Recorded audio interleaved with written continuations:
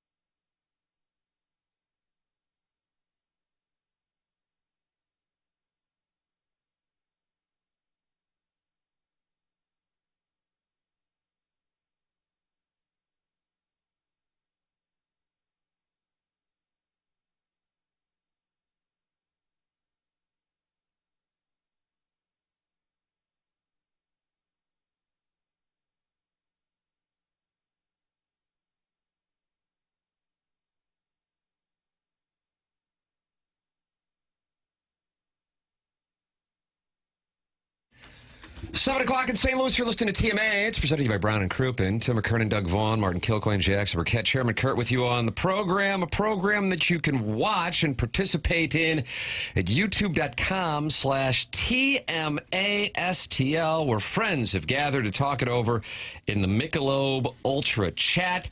And Jackson, what a Stiefel dossier you have put together today. Bernie Federko at 8:15, and then a surprise guest.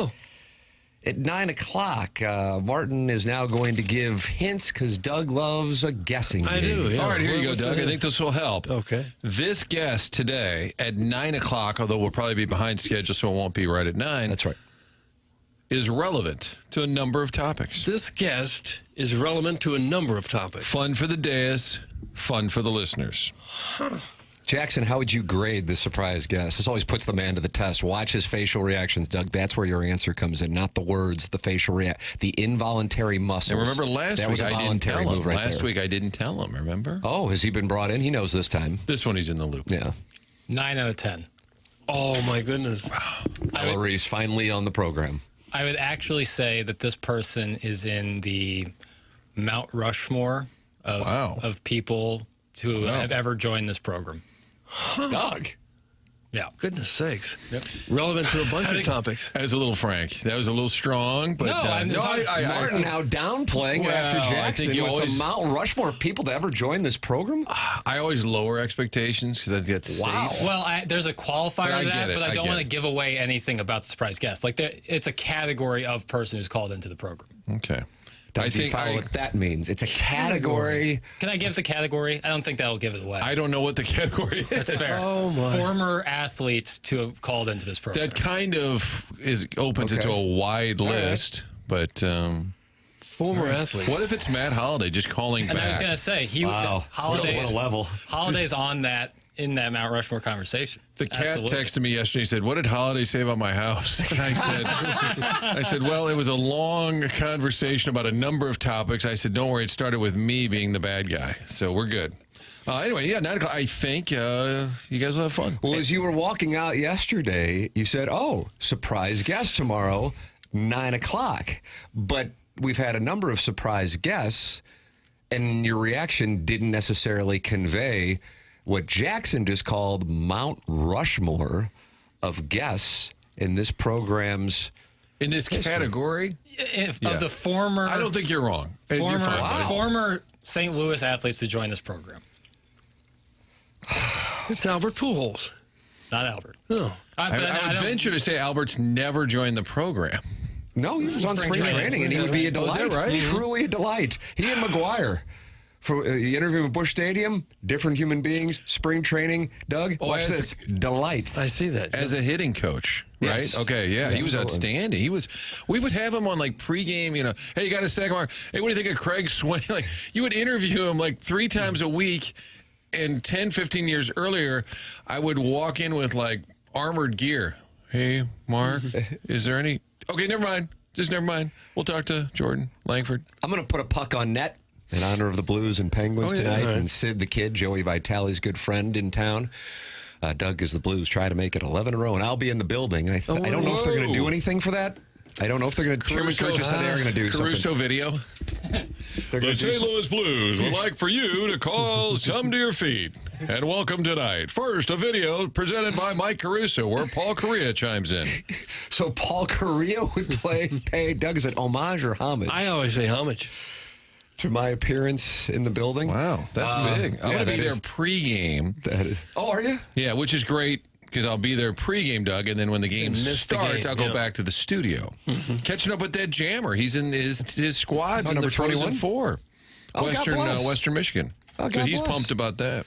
Yeah, I just figured, my 7-year-old, he's seen McDavid, seen Ohtani, Trout when they were in town a couple of years ago when Ohtani was on the Angels. And, I don't know how many chances you get to see Sid the Kid. So, and also be able to say, hey, that's Joey Vitale's friend out there. Yeah. That's what I would say to him. Really? No. And that will impress him? I think so. I think it should. We should probably call the Penguins Hotel this morning, like hack morning show, and see if Sid wants to come on and just tell Vitale stories. I could see that. My puck on net for who the guest is. Matter of fact, Doug, I'm operating at a 14% confidence level, which is pretty high considering we're talking about the entire population of former athletes. It is. Number 28, Marshall Falk. Number 28. And I'm right. Marshall Falk. Writing that down. And I'm right. Jackson just gave off the towel. I am saying nothing. Well, you said no to Albert Pujols real quick. Doug's picking up on it. Yeah. Doug's in the hand. Yeah, that one's a no. I don't usually answer when the guys quiz. I would just say Marshall's probably not in the surprise grouping. Just knowing 2-8 fairly well. He's not a surprise guest category. I get what you're saying on I that. just don't know if he would enjoy the surprise. That's exactly right. I'm glad you said it because that's exactly what I was thinking. So you want to call in these guys, start talking? And they don't know I'm calling? Why? Well, I did this thing. That's actually the conversation, I think. And I'd be like, well, no, you could. It's almost as if I've tried. No, I'm kidding. He would probably come on at some point. He is not today's. I think he would be happy to come on. and just talk about I the just new know gig. you had been talking to him anyway Saw him about joining recently. Primetime in Boulder. That is correct. No, he should. I should book him as Former a athlete, guest. Mount Rushmore. Now I'm Was he ever relevant on to a the- number of the topics. He was Marshall and probably selling avocados Sure. at Super Bowl or something. Selling avocados at the He Super would do that every once in a while, and you'd be like, we can't book him when he played for the Rams, but now that he's been retired, he's available Wednesday and Thursday Yes, at 7:40 to absolutely. 7:49. Sell avocados. But please make sure you mention his partnership with the Mexico avocado industry, which you can no longer buy, and there were always the Super Bowl guest. Hey, Troy Aikman's with us. Troy, first, you've always been a big fan of those shovels they sell at Ace Hardware, and you're like, oh, okay. Yeah. So, it is not. Doug Cross Marshall Falk off the Okay, list. all right. 14% confidence level is now I'm going to have to lose that cash. Mike Francesa Martin, some of the greatest audio we have from him is him chastising Super Bowl Radio Row. And we're not going to have guests come on here and pitch all their products. But don't undersell it. It's hawk their products. Hawk their products. And then I don't know what it was, but I felt like it was like 24 hours later, somebody's on there talking about the avocado business. And I'm not making that up. 1 year Marshall was hawking avocados. That's why I bring that up. Yeah, I have. It's not Mike Francesa either. Oh my Might God! have been a home run. I might take that over Ella Reese. Boy, I'm really put to the test. Doug, the hint was relevant. In a number of topics. And Jackson saying on the Mount Rushmore of former athletes to join the program. God, put me to the test. And this is a Chris St. Louis Long, athlete. Chairman Kurt, you're chatting in the YouTube chat. I just looked up and I saw Chris Long, and I'm like, and I was about to say, and I'm like, oh, that's Chairman Kurt from inside the room. Is it Chris Long? I would think if it was Chris Long, I wouldn't be privy to it because that would be like Because you'd have a soft cow.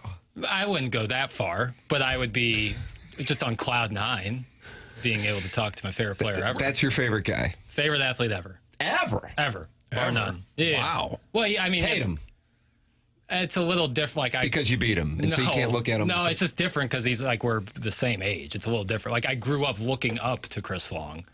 I was certainly looking up physically at Jason Tatum, but I had played against him starting in like the 4th grade. So You it's a shut him little different. down at all? No, God, he would the most casual 50 points you'd ever see if I tried guarding him. But that would just be because of time. He could get 100 on me if I. Did you defend him ever? Probably like in the 4th grade. Okay. Alan Dadeville thinks it's Yo Murphy. Yo Murphy was number 83 kick returner. Had kind of a mini celebrity for a second, and I forget why. Because his name was Yo. That's Doug just summed it up there. Okay. Put him into the hopper. I like that. Yo. If it was Bob Murphy, we would have never remembered him.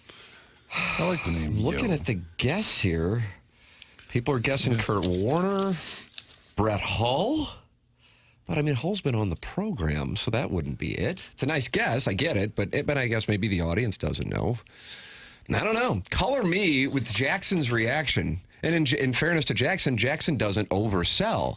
So when he says Mount Rushmore, Doug, this man's putting me to the test. Sure. And what time is this guest coming on again? 9 a.m. O'clock. So we better get to moving here. I got it. I feel real good about it. 99. Oh, the great one. That's not it, though. Fade it, Doug. Don't allocate any dollars. All right. Jackson's reaction. Actually, at this point, we're going to end up with a letdown. Yeah. Once I heard that, I was like, well. Because of puck cancer. I see what you're saying. Yeah. So the boys on the fast lane yesterday had Chris Chelios, who's going to be in. Who was offered to this show. I was so confusing. I had multiple texts about getting Chelios on. I said, sure. And then his person said, all right, let me see what I can do. I said, I don't know if it's going to work tomorrow. And then he was on the fast lane, which is fine. I'm glad he's on promoting the event. He's going to be here Friday. But we were going to have him. It's fine. I'm glad he was on the fast lane. So it's not Chris Chelios. It's not Chris Chelios, but then I'm thinking along the lines of what's going fair. on, That's and fair. I was thinking 99, but clearly that's not right. Different tells I on didn't the even think Falk about that. Gretzky You're picking up on it. answer. Mark Grace? So when I No. say Mount Rushmore, it's both what they did on the playing surface. Doug, do you have a problem with that? Don't say playing surface. Well, if I say field, that now we're like that is like The a playing field tell. or court or rink. Or surface would be an all-encompassing word there. both on their play on the playing surface and their like personality when they call and talk. Oh, you know? okay. It's my. Mount Rushmore of both, kind of. Well, that wouldn't. It's Darren Pang. Not Panger. Or we're going to end up giving it away. I know, yeah. And eliminate. I knew there was a Tim was surprise. really bothered by this. I knew there was a surprise guest. I just didn't know it was Mount Rushmore of all-time guests. And Gretzky has been on the program. Doug chastised him for the game being 5-on-5 and asked 99 if he ever thought the game would switch to 4-on-4 because it's more exciting. I didn't Wayne didn't chastise necessarily engage. I did not chastise. A lot of false reporting going on lately. I did not chastise Wayne Gretzky in any manner. So Wayne Gretzky will never come on this show again because Doug chastised him. Is that what you're I saying? did not chastise him in the tiniest little bit. What if Wayne wants to come on the show? Right. To clarify my buddy Dan's story of the Denver airport or whatever I'm sure it was. that's in his craw, just like Doug's 4-on-4 take. I was at a funeral in Springfield, Missouri, and Dan Charles, friend of the show, his family was there, and they said, "Did he call into your show?" I said, it didn't go terribly well If for anybody Dan. other than an actual guest calls into this program, it does not go well for the person. They said, "What happened?" I said, "Well, it was a story. It was a great story. I go, it was a little long, and then the texters kind of went nuts." Well, and I mishandled the production of it because we kind of broke into programming with it. You know, like it kind of came out of nowhere, like 3 minutes into you a and I had segment. coordinated and forgot that we had agreed to it. Yeah. And we're like, "Oh, yeah, we're going to get to that right away." Warson Woods Wacko's probably right. TC Chen. TC Chen. Oh, the golfer. Maybe. You never Right there, know. Doug. I think You it's never TC know. Chen based on I don't Jackson's. know. It was Maybe it's Bob Tway. John Daly. Tway. Yeah, Bob Tway gets reported on this program. There's sightings of Bob Tway throughout the St. Louis area, Doug. I never understand the connection. And then No. we had him on the show, and he actually went to like Parkway West or something. Is that right? He grew up at some point. That's why he gets brought up? I don't know why he gets brought up. The audience, for whatever reason, has taken to Bob Tway, and he won the PGA in '88. I don't know the years, Tim. You can email in your theories and text them in and YouTube chat them in. And Chairman Kurt, you can talk with Chairman Kurt. He is in the YouTube chat right now, Michelob Ultra YouTube chat, along with the Lime adjacent Wildcat. So he doesn't live in Lime, just close. Right. With the Wildcat. And what would that be? Like a South City? Yeah, and then what's a little south of I Lime? guess Melville. Is that a right? little south of So Lime. this Wildcat's in Melville? You could very well be. The river, you're getting pretty close to the river at some You're on point. the river. A couple of them. The lovely river to pair. We have the yacht captain who texts in, and of course the old man, the old miss. with a puma. Deep river. The puma. They be are a called the wild- Melville Panthers. It's true. Yeah, 4th and 25. Schnurdadulik. Gary Heide, the great football coach, always had a crooked hat. Every I time do you too, but remember that's 'cause of my that? Can you skull. picture that, Doug? Gary Heide, great football coach, Melville, but every time you interviewed, the hat was crooked. Like Sonny Gray. And that was a tribute to Fernando Rodney? No, I don't think so. Doug, I think it was. I don't think Fernando Rodney went to Melville. Are you sure? Does he have a Wildcat? He might.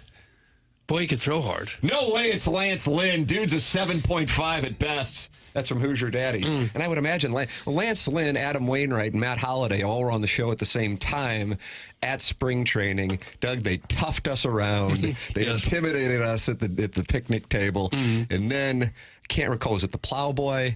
Then, to his credit, because Iggy had asked him to get players to autograph a ball for him, and after this dumpster fire of an interview, he goes, Mr. Holliday, will you sign this ball? And Holliday just slaps it out of his hand. And in fairness, he did weigh about the same size as a 14-year-old child. I wish there was video of that. If Iggy asked me to do that, I'd politely decline. That's a big ask. Yeah.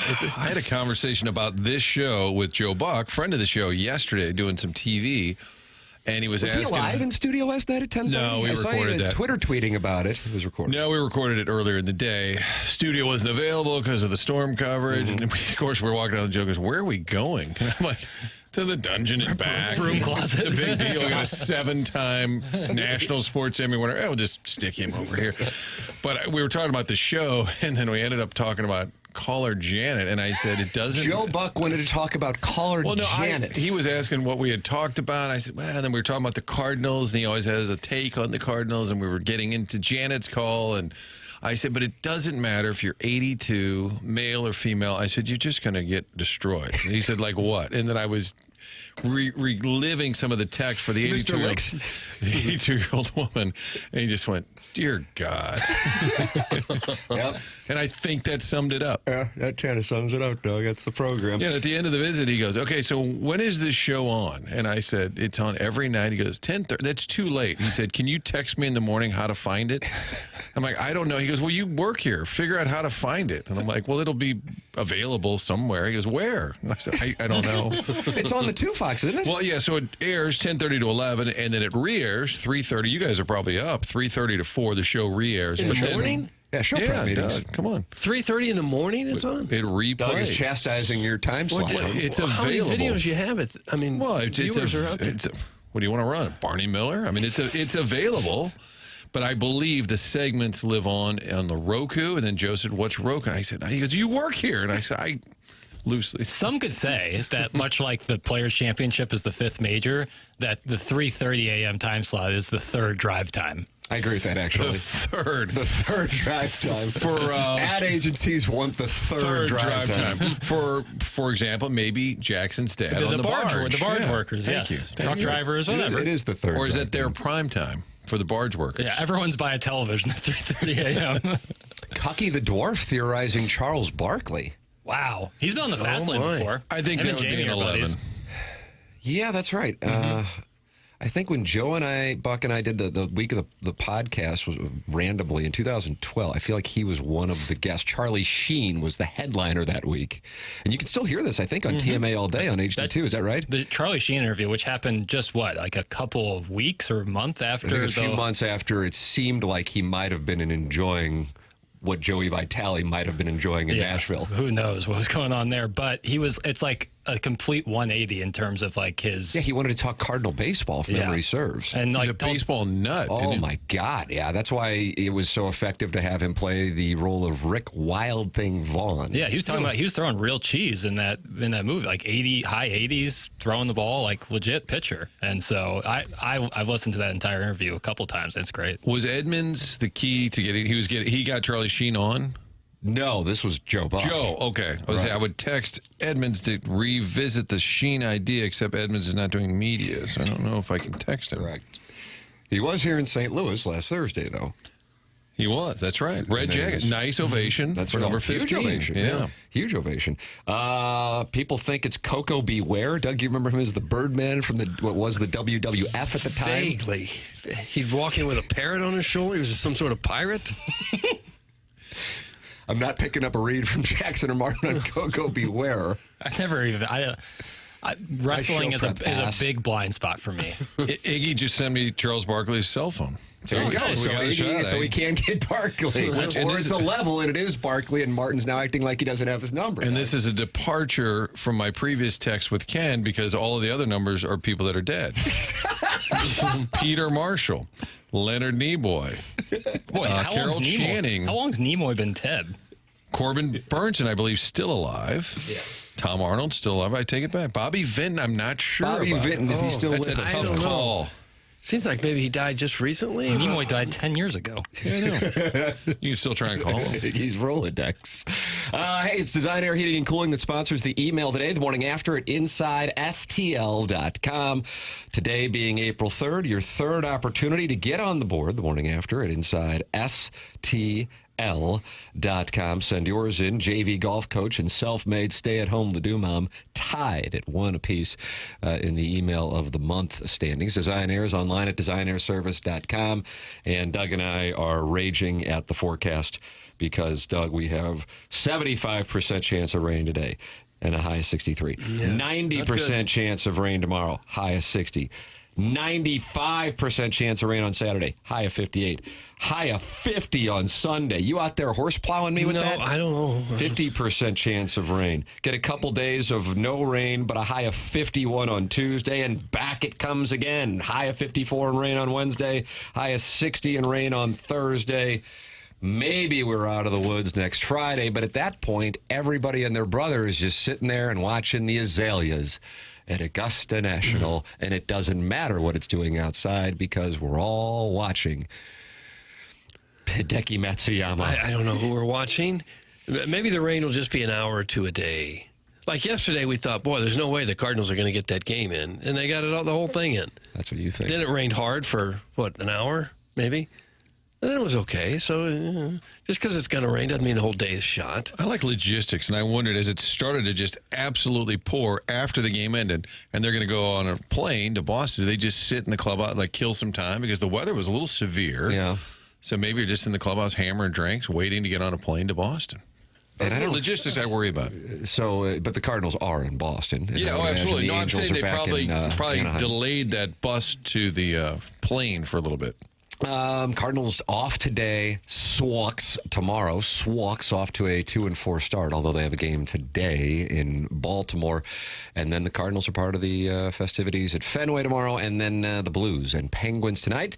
Pre-game 6 p.m. puck drop. 7 p.m. Bernie Federko will be the 101 ESPN Blues guest at 8:15. This surprise guest, who I am starting to think is Bob Tway, at 9 o'clock. But again, the issue there is Bob Tway has been on the program. Yeah, so it's probably not him. It's probably not Tway. Was it 87 PGA? I just don't know the years, Tim. I just don't. Design Airs online at designairservice.com. 86. The 86 PGA Championship. Bob Tway, your winner. Doug, where was that held? That 86? Was that Valhalla out I of the don't know bunker? where it was held He had a over the bunker years. shot. I think it was a bunker shot. And Larry Mize was 87, and he chipped in on 11. And I think Greg Norman was vanquished in both of them. Inverness, Toledo, Chuck Marlowe that is it. neighborhood. That's right in Charlie's backyard, I think. Maybe it's Charlie calling in. Maybe it's Charlie Marlowe joining He's us a delight. at 9 o'clock. Listen, Design Airs online at designairservice.com. Email in the morning after at InsideSTL.com. I just did a 4-minute live read. But hey, good ROI for South Gold Camp. Yes, That's the name of the game. We're all clients. Longest running sponsor on TMA, Design Air Heating and Cooling, designairservice.com. Martin's a client. Doug's a client. I'm a client. It's Design Air Heating and Cooling. The program's called The Morning After. It airs on 101 ESPN and the TMA STL YouTube channel.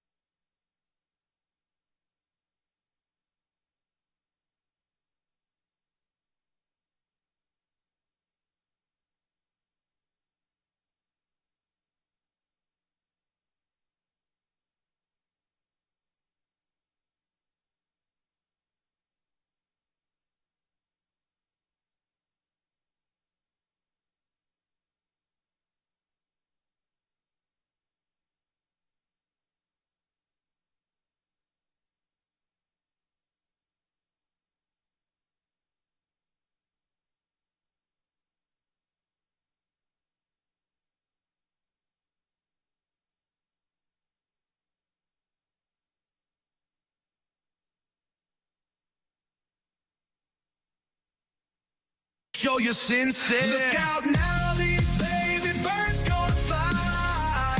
First place by mid-July. All the haters be singing their tune. They'll be playing in October when you're on your pontoon. Oh, my, Doug. First place by mid-July.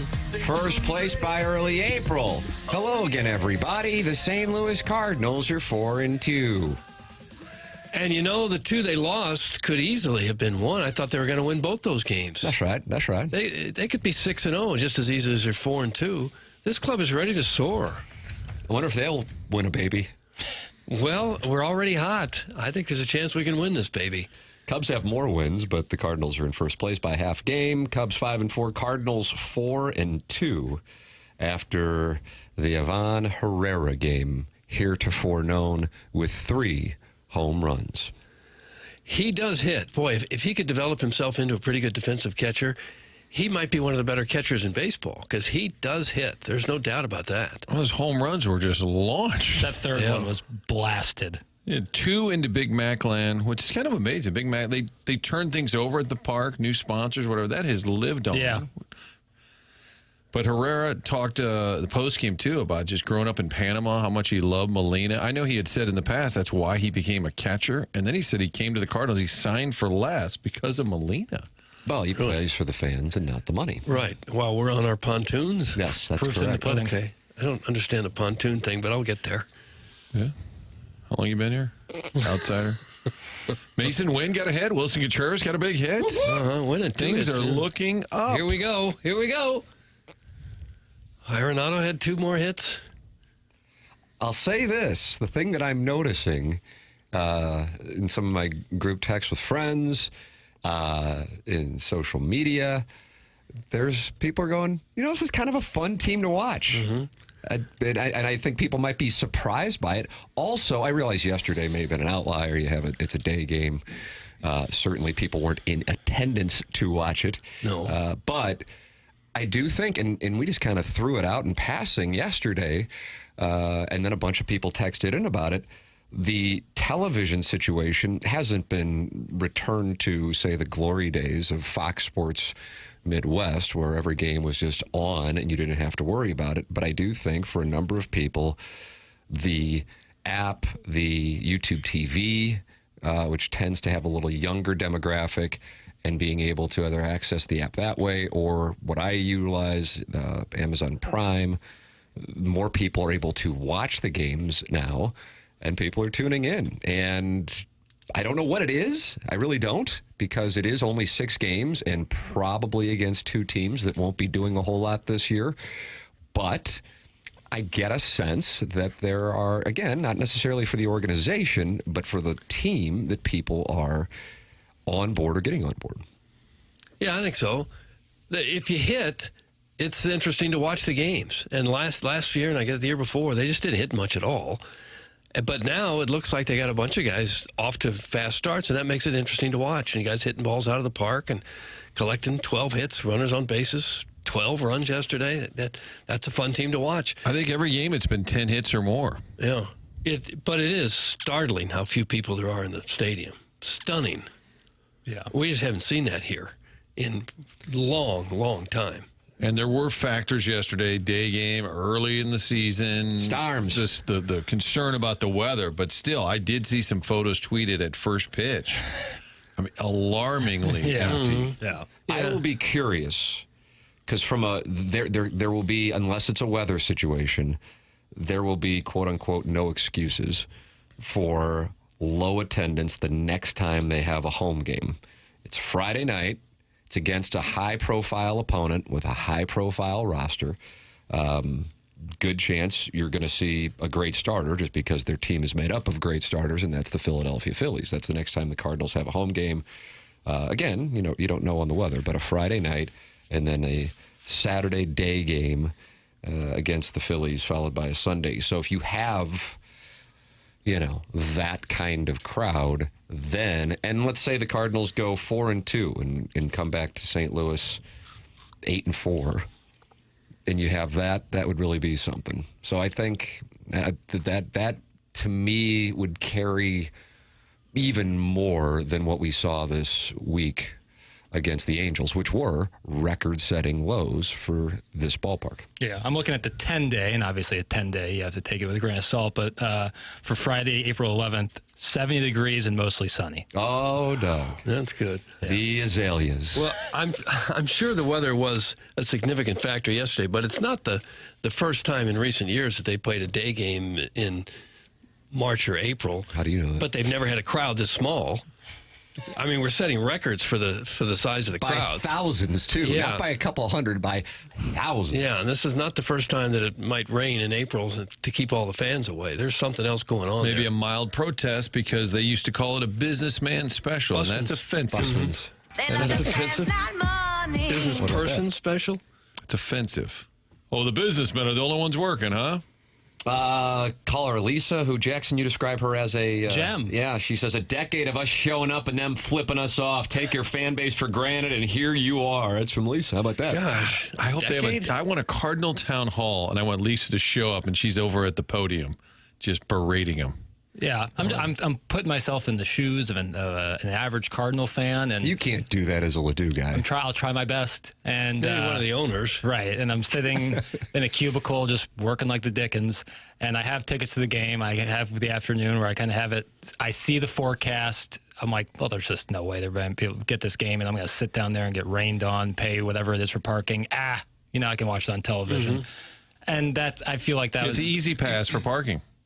Producer Joe, Shout out to Producer who I Joe. reached out to at about 6 this morning to be able to park for tonight. for tonight's festivities against He's Joey big, Vitale's he's big friend. parking, isn't he? He is big parking. I'm saying yes, indeed. The weather was a factor yesterday, but we always have weather this time of year, and we've never had crowds like this. Sharon and Clayton, who got sideways with Matt Holliday, if I'm not mistaken, yesterday. I don't remember what that was about. She was outing people's homes. Well, she said she knew. Yeah, she knew. Yeah. He called it creepy, I believe. I'm trying to get my hands on a map of the Stars' homes in St. Louis. Sharon and Clayton says, please do not use the weather, the weekday, as an excuse for low attendance. Those things are an issue every year, and yet the attendance was never like this. It's nothing new. So, Jackson, she's not. That was my point. Maybe I am over here carrying water. You hold the rights? Maybe after that Herrera game, I was really fired up. Well, what do you think has to happen to turn that around? Keep doing exactly what they're doing, because it's like we've talked about. It's like a pretty fun team to root for. Like watching Ivan Herrera and then listening to his post game yesterday. It's like hard to be like, okay, I don't really like this guy. Like I love him. And Mason Wynn, Jordan Walker, Lars Nootbaar, high energy young guys. If they keep winning and putting up big numbers on the scoreboard, people will come. I mean, it would be fascinating if they won all 6 on the road trip, which they won't. But if they did and came home 10-2 and people are still just kind of dug in, I'm mad at the franchise. I'm not paying money. I'm going to show the DeWitt. Like, at what point? And 10-2 is not happening. But if it did, it would be fascinating to see people said, I don't care, not going. And I've heard from a lot of people like, hey, we had group tickets our company did. We stopped buying it. We had season tickets. We don't go anymore. I think there are a lot of people who are really dug in on this no matter how well they play. The fact that you had an off season where you didn't do anything, they feel Mazalik's been here too long. I think a lot of their positions aren't going to change even if the wins are there. Mongo texting into the program and says, I work for a larger St. Louis area-based company, and in years past, we had 5 sets of Cardinal season tickets between ours and suppliers. This year, 2. Businesses are not backing the Cardinals. That's from Mongo. Yeah, I've heard that from other people, that their businesses cut down on the number of tickets, season tickets that they bought. Hunchback of Vaughn Castle writing into the Air Comfort Service text inbox, which you can do at 314-399-9646. There are major issues for each demographic of Cardinal fans for not attending games. Older fans don't feel safe, and it's too expensive for families. Businesses have moved out of downtown, so those workers aren't going after work. It is a perfect storm. That's from the Hunchback of Vaughn Castle. Yeah, that could be. But if they continue to play well and are at or near the top of the division, and a month or so from now, they trade off Arenado for not much in return to get rid of his salary, there will be just a horrendous revolt at that point, I think. I think people would say that's it. If you're really not going to try to contend when you got a shot, I think that would put people over the edge. Well, and if the idea going into the season was to continue to shop Arenado or look for suitors, the fact that he's hitting pretty well would actually play right into their hands. It's going to be tempting. If the goal was, hey, well, we didn't get it done. Let's see if somebody still needs a third baseman and you're still wanting to go. And they mow, hey, he is hitting 391. That, I agree with you, Doug. That might lead to a revolt. It would, I think. Jackson, I see you're in there changing text inbox names for people today. What's eating Albert Pujols is now somebody new, I believe. I just saw him thank you for changing it. I don't know what he changed it to. If you want your name changed in the text inbox, Jackson will do that today until April 7th. April 8th, Doug, you're out of luck. Okay. It's the first week of the year and the first week of each month. You can have a text in. So if you're sitting there going, I'm the 314 or I'm the 636 or 618, you can have a name in there.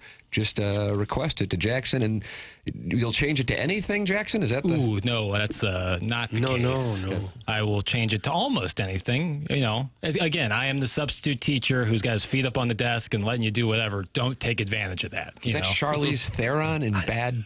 There's that Cameron Diaz. Cameron Diaz with Justin Timberlake. Mr. Burkett, what movie are we watching today? I thought you kids would enjoy Meatballs. Yeah, there's some educational opportunities there. Are there? Ferris Bueller, you know. Yeah, kids growing up. Yeah, sort of the challenges kids of how to skip adolescence. Cardinals have 8 guys with OPSs over 1,000. Yeah. And Youngry is at 906. Herrera's at 1,729. Gorman, 1,556. Pages, 1,200. Newtbar, 1,200. Lucan Baker, who is a pleasant gentleman, yeah. 1,127. Arnado, 1,109. And Jordan Walker, 1,056. By the way, I think that is of note what's going on there. He's got a hit in every one of his starts and has a home run. That would be incredibly encouraging if a guy who spent most of last year at the minors and started this season in the 7 spot can somehow get it going. That is something that I look from a macro standpoint would be incredibly significant for the organization, and along the lines of what's going on at the catching position, which is usually something that organizations at this point kind of write off offensively, maybe have a platoon based on pitching matchups or pitcher-specific catchers. That is something to keep an eye on if you can get that kind of productivity. If you recall, when Brad Thompson made his first appearance on this program, and he joins us every Monday, and Doug, I think we were having our fantasy baseball draft that night. Okay. And I asked for some Gordon Gekko, Bud Fox insider trading, and he said draft Ivan Herrera, and here you are. And as a matter of fact, Albert Pujols was on the MLB Network yesterday doing a segment with Jake Peavy, and he was talking about how he noticed Herrera when he was in his final year, that final season here in St. Louis in 2022. Here is the future Hall of Famer talking about Herrera on MLB Network yesterday. This kid and his talent, and he seems likable, Al. Hey, it's saying, I had a chance to play with him for a little bit in St. Louis my last year. This kid worked hard day in and day out, and you can see it, that he wants to be out there. But he had a guy like Yadier Molina in front of him, that he has to wait for him to retire. But happy for him, great day, and good for him. Hopefully he can get this going in the season. By the way, you saw that graphic. Most 3+ home run games in Cardinals history is this guy. Albert, what was it like the first time you had a 3 home run game? It was amazing. It was at Wrigley Field. It's a great feeling. 04, by the way, July 20th. Yeah. It was a great feeling. You never go in there thinking that you're going to hit 300s in a game, but the game was tied 8-8, and Edgar Renteria was at first base, and Tony told me, okay, if Edgar gets on first base, let's put a hit and run, which I did a lot when I was in St. Louis. Tony liked that play. And, I was like, okay, hit the run, and hit it out of the ballpark. By the way, back in 2011, I'm working at ESPN doing SportsCenter. It's a college football Saturday. So college football going to run the country. And then all of a sudden, Albert went deep once. I go, I'm going to have to change. Albert went deep twice. Guys, new lead. 3rd home run for Albert Pujols. So doing a World Series game, that must be one of the highlights of your life. I mean, in that stage, yeah. To me, it's one of the top 5 moments of my career, and doing in that stage, like you say, World Series. At that moment, moment, you know, I wasn't even thinking about it as well. And after the most beautiful thing after winning the game, it was getting a call from Reggie Jackson, you know, and telling Mr. O'Toole, say, congratulations, you finally tied me, you know, and that was pretty awesome, you know. And then next year after that, you see Panda, you know, tie me as well. So it was great moment. And at the end of the day, you know, we ended up winning the World Series that year. Albert Pujols in the MLB Network talking about his time and noticing Herrera, which is really kind of saying something, and then also telling a story from one of the times he hit 3 home runs in a game, and that was, of course, the 2011 World Series, and Reggie Jackson calling him. Was that 78 when Jackson hit 3 against the Dodgers at Yankee Stadium? Mm-hmm. I believe the Cardinal record is 4 in a game. Hard-hitting Mark Whiten. September 7th, 1993? Hit 4. Is it 4 is like the magic number, right? Like people get to 4. I don't think anyone's ever hit 5 in a game. I think that's the like. I remember. I think Cesar Azturas did in 2007 with the Cardinals. I don't remember that. You got to do show prep. After you've hit 4, I imagine that if you come up a 5th time, they say put him on. They hold up 4. Yeah. I would like to look at the Mark Whiten game, the circumstances. His 4th home run was the game closed to the other team's screw it. I remember watching it. It was against the Reds in Cincinnati. But should they have walked him that 4th time? Or competitively, why not? Try and get him out. Well, Mark Whiten it was seemed never like he was locked in is what I'm saying. Yeah, he was by that definitely 4th locked in. time. But he wasn't like an all-star player. He was good, but he wasn't like Albert Pujols where you go, God, he's going to do it again. Right. 15-2 final in that game. So it didn't matter. Okay. Boy, he had a throwing arm, too. He kind of short-armed the ball. He didn't pull his arm all the way back, short-armed it, and gosh, he just had this is really going to ruin it when he calls at 9, okay? Hard-hitting Mark Whiten is the surprise guest. Can we save the Mark Whiten talk till 9 o'clock? My goodness. It is 7:43 in St. Louis. Time check brought to you by Clarkson Jewelers. Tim McKernan, Doug Vaughn, Martin Kilcoyne, Jackson Burkett, and Chairman Kurt with you. The program is The Morning After. It's presented to you by Brown & Crouppen on 101 ESPN and the TMA STL YouTube channel.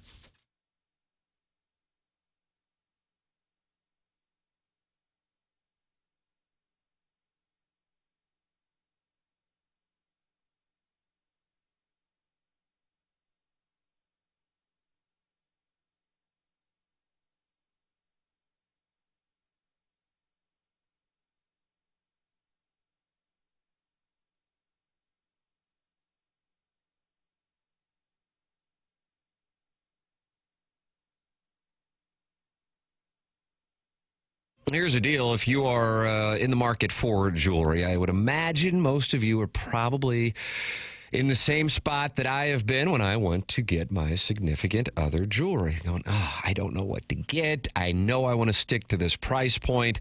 Where do I go? I have the answer for you, and I have a very easy process to recommend, and it's that at Moritz Reusch.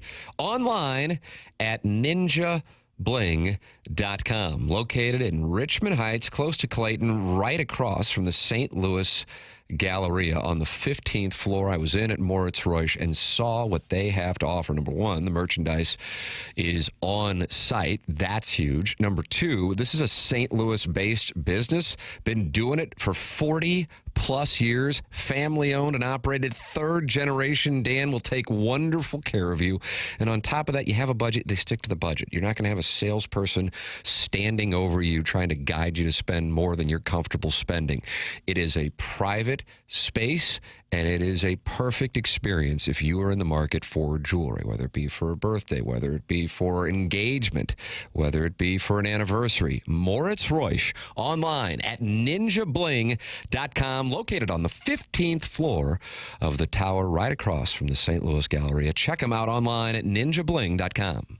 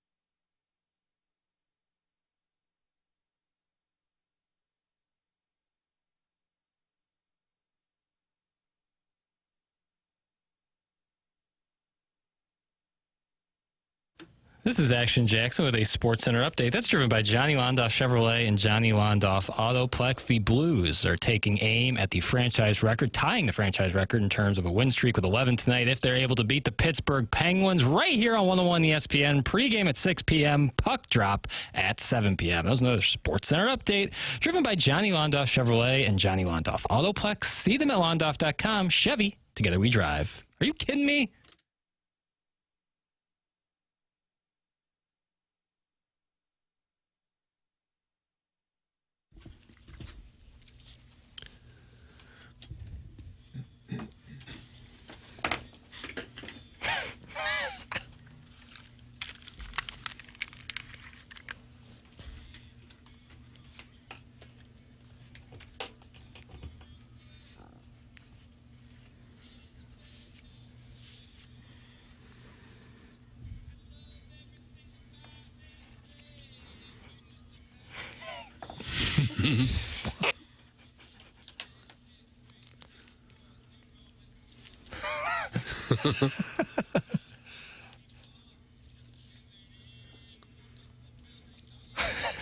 Doug, living in wonderful buildings. Yes, they are.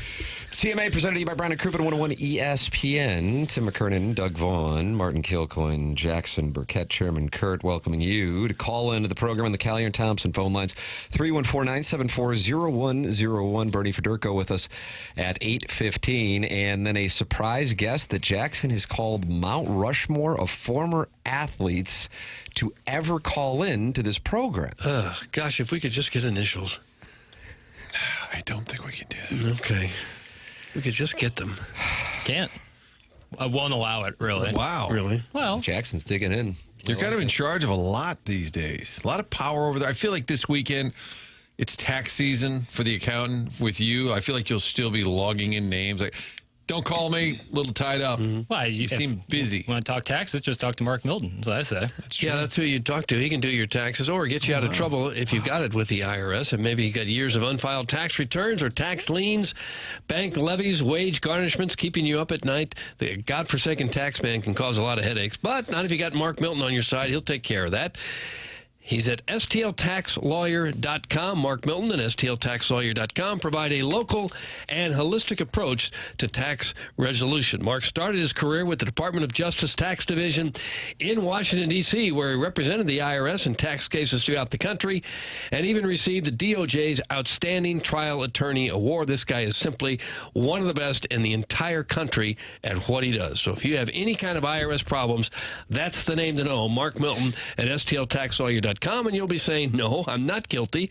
I'm with Milty. Remember, the choice of a lawyer is an important decision and should not be based solely on advertisements. Watch the program at youtube.com/TMASTL. 281 friends are gathered around the hearth and watching the program at youtube.com/TMASTL. Michelob Ultra, sponsor of the YouTube chat on TMA. Around the NHL last night, Martin, how would you describe it for the Blues? Because it's kind of a little bit good and a little bit... On the whole, not bad. Not bad. I think the Canucks are officially done. 5-0, they lose to the Kraken at home. But Seattle is one of the best teams in the league, Tim.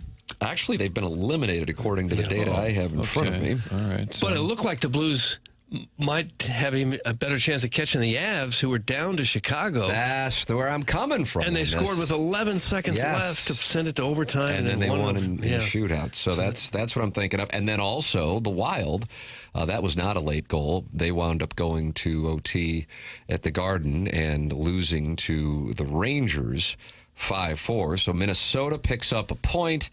And then that means, Doug, that there is a true tie in the Western Conference between the Blues and the Wild. Both have played 76 games. Both have 89 points, but the tiebreaker is wins in regulation, and Minnesota has that and most likely will continue to have that as they sit at 33 and the Blues at 30, and that's with 6 games remaining. But yes, Doug, that's what I was thinking, not only the Wild and that getting a point, but Colorado, if that's something people are interested in. Maybe people aren't interested in playing the Dallas Stars in the first round anyway. That's me. That's you. The Avoid thing Dallas. I'd keep an eye on this. Dallas catching Winnipeg. They're only 4 points back of the Jets. And they also have a game in hand on Winnipeg. They've only played 74. So Dallas has the second highest point total in the West, third highest in all the game. The Caps are in second with 105, Jets at 106. And so the Blues' first-round opponent, operating on the premise that at this point, per our friends at what Martin calls monkey percentage? Puck monkey. The Puck monkey? I honestly wasn't sure what the name of it was. Moneypuck.com. Money Puck.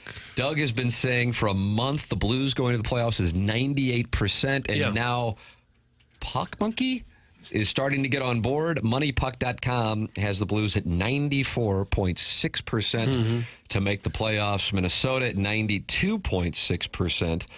The Blues' chances of winning the Cup, 2%. The Wild's 0.3%. I don't know how they get to that math. All I know is 0% chance. 0.3%. Blues are at 2%.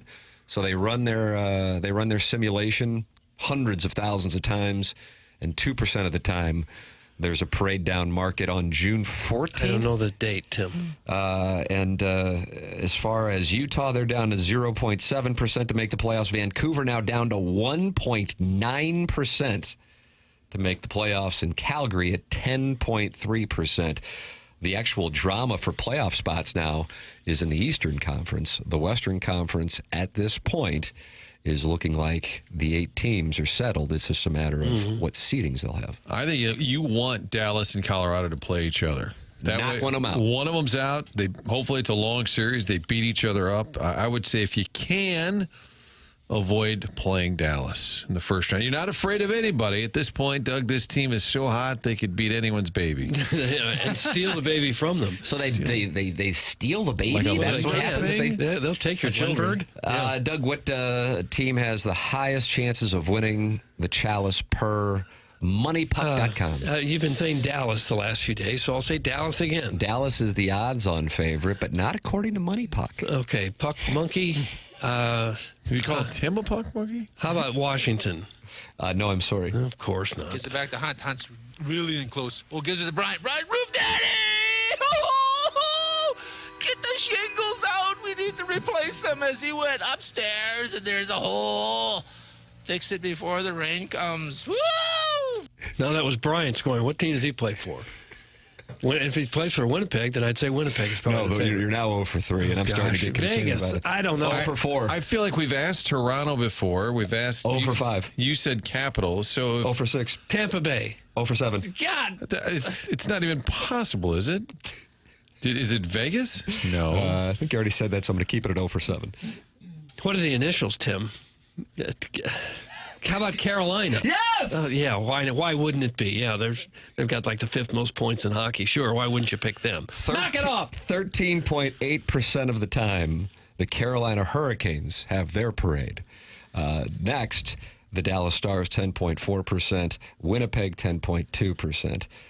Doug, and as far as the Avalanche goes, 7.5%. Matthew Tkachuk hoisting it back-to-back years, 8.2%. The Blues, 2%. There you go. Blues should be higher because they are the hottest team in the league, and they'll steal your babies. And when Federko comes back, they're going to be pretty much 100% healthy. They haven't had Krug all year, but they've done what they've done without him totally. So I think the Blues would have a decent shot. I'm going to have to fire a bullet on Jimmy Snipes getting his first goal tonight in his career. Yeah, I wonder what that'd pay me. Yeah. Be there with my son this evening, and Snipes gets himself his first career goal. Oh, what a moment it'll be at the Enterprise Center. Okay. Isn't it weird? The last time they lost a game, it was Penguins. Pittsburgh, and now tonight with this 10-game winning streak, they're playing Pittsburgh, a team they almost never play, and yet they're at the 3-week marker, Doug, of that loss where they played well, just Binnington had the rough game. And after that loss, we were thinking, well, it doesn't look very good for them now. They'd have to really go on a streak to get in the playoffs, and I'll be darned if they didn't win the next 10. Yeah, rattle off 20 points in a matter of approximately 3 weeks. Yeah, the Penguins are tied for last in the Metropolitan Division, and only 2 teams in the Eastern Conference have fewer points than the Penguins, but they were the ones to be able to clip the Blues, and Jim Montgomery's former team is the team with the lowest point total in the Eastern Conference, so it was his fault. Yeah, I think all the blame goes on him. I don't think there's They've lost 9 in a row, whereas the Blues have won 10 in a row. Yeah. And people were saying it at that moment that Montgomery's going to be scapegoated for bad roster construction in Boston, and I think we can bring in the verdict on that one. And hadn't he been like coach of the year just a year too early before that with Boston? Or I sold all my crowdsourcing stock. he had him right there. He did a good job in Boston until they lost their players.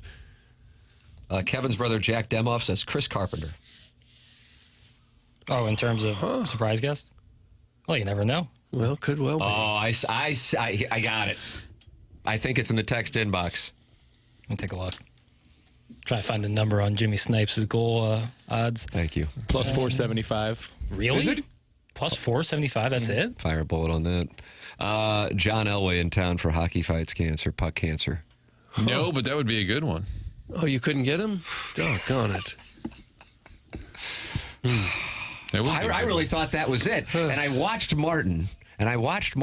Doug, his eyes went up. I kind of felt bad that I didn't get. No, when I saw them, like, oh, he'd be. Oh, you saw it in the text. But you said former St. Louis athlete, right? Did I say that? I thought somebody did. I don't think that was said. I think Jackson spoke more than I did on the topic. Okay, so, true. John Elway would be. I'm going to effort him for tomorrow. Chasers event tomorrow night. Mark Grace, John Elway, Chris Chelios. Yeah, Friday night, Centene Community Ice Center. You can tune in this Friday afternoon to hear the Fast Lane broadcasting live before the game from 2 p.m. to 6 p.m. from the E&B Granite Studio. Tickets are on sale now for the second annual Puck Cancer Second Shift Alumni Game. See the Blues alumni face off against the Blackhawks alumni, including Jamie Rivers, in a rivalry game in support of Siteman Cancer Center and the V Foundation for Cancer Research. Grab your tickets now for the game this Friday night to support those two great organizations, and then tune in pregame this Friday afternoon for the Fast Lane live from the E&B Granite Studio at Centene Community Ice Center. There you go. 8 o'clock hour now. Fisher Window and Door Store, sponsor of the 8 o'clock hour. Coming up at 8:15, Bernie Federko is going to be with us, getting his perspective on what we have seen here over the last few weeks, including Jimmy Snuggerud's debut 2 nights ago as the Blues had the comeback win late against the Detroit Red Wings. One of the people who may be flying under the radar for the Cardinals' success is talking, and I think you'll be intrigued to hear what he has to say. We'll have that for you. Plus, Mike Francesa had a bout with a dog. Okay. You get bitten? That's all I need to know. And we'll have the audio. That's coming up as well. This is TMA, and it's presented by Brown & Crouppen, 101 ESPN.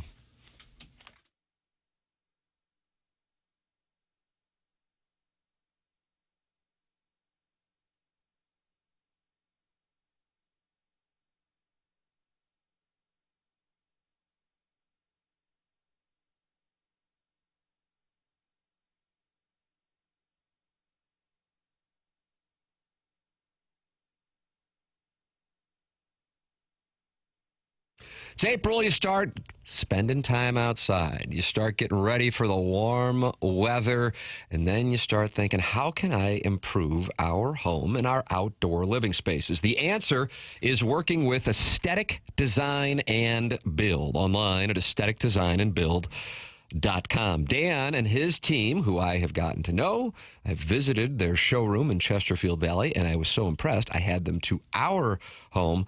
They build custom decks for their customers, in addition to adding on a pergola or even looking to shade your covered patio with retractable screen. But the custom work is what separates them from everybody else. It's Aesthetic Design and Build.com. And I think one of the things that really speaks to their business is they have a real strong referral base from customers who had great experiences with them at Aesthetic Design and Build over the years. And for the most part, if someone has used them for one project when they move or buy another home, they use them for that project as well. That speaks volumes with that kind of consistency. It's aestheticdesignandbuild.com, or you can call them at 636-532-5008. It's aestheticdesignandbuild.com. Let them know I sent you their way.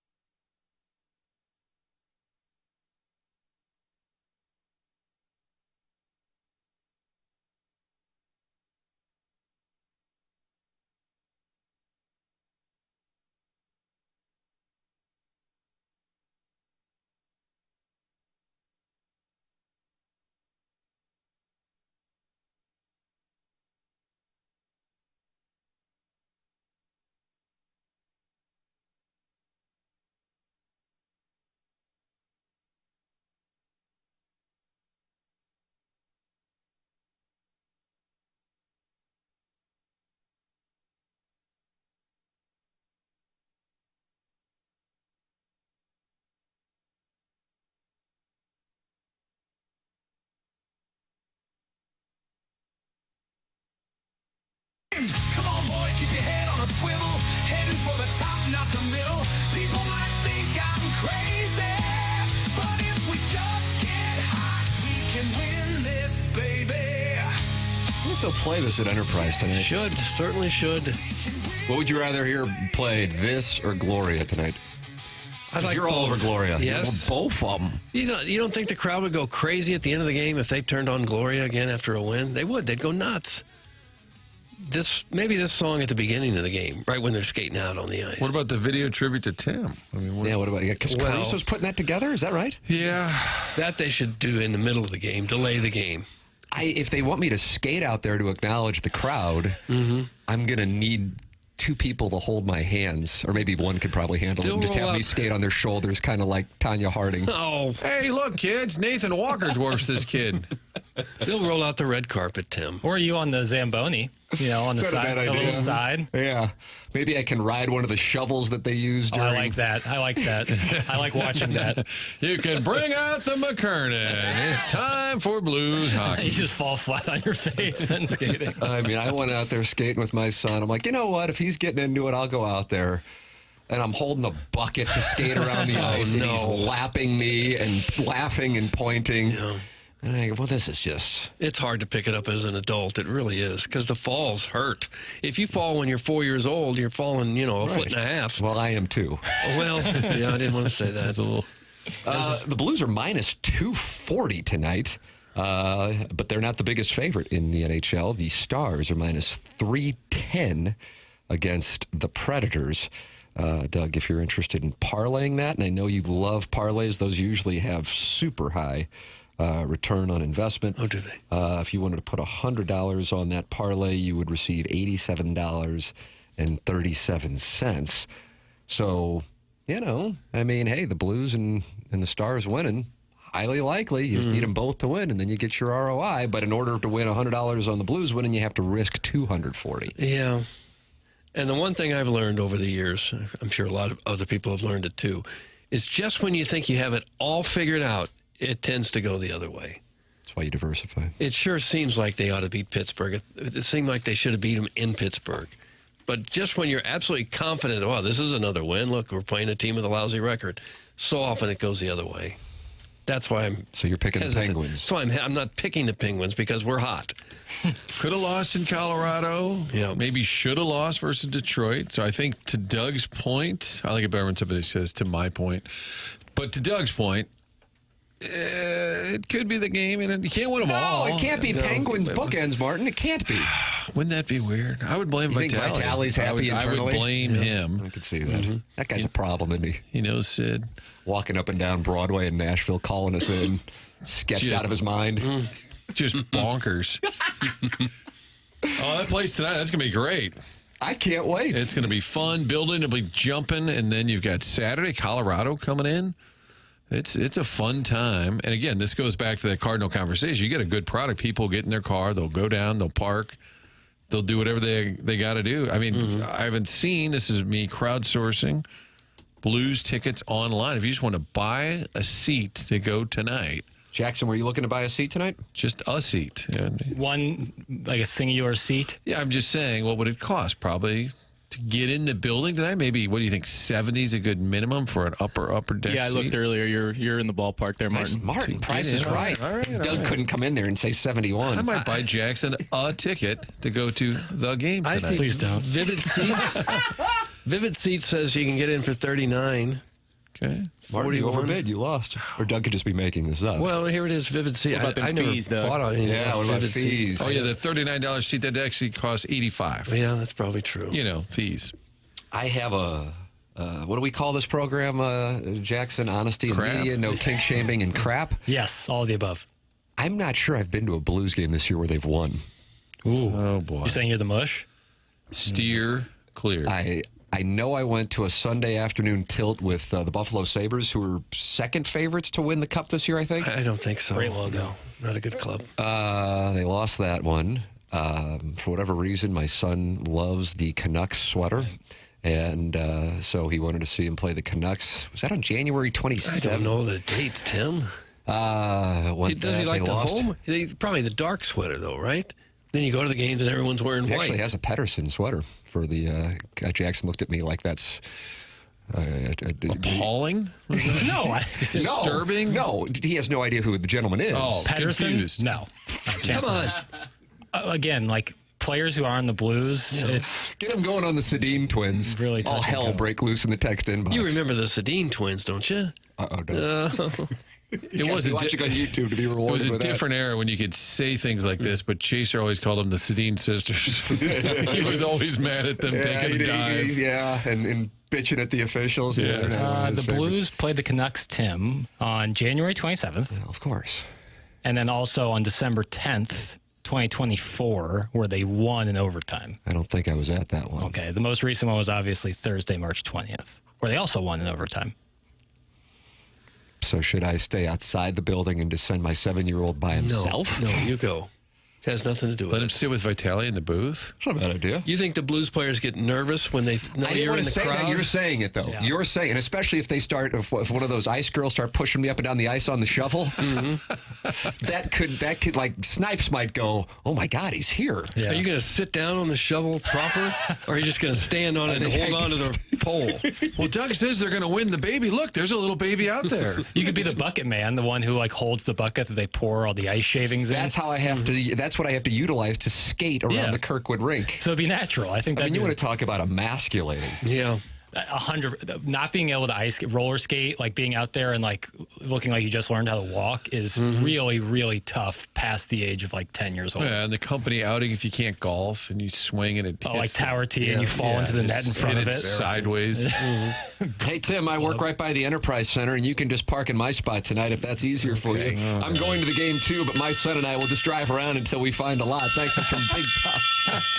Son's like, play. Dad, why can't we go to the game? Bernie Federko is going to join us coming up here in a matter of moments. The program is called TMA, and it's presented by Brandon Crouppen on 101 ESPN and the TMA STL YouTube channel.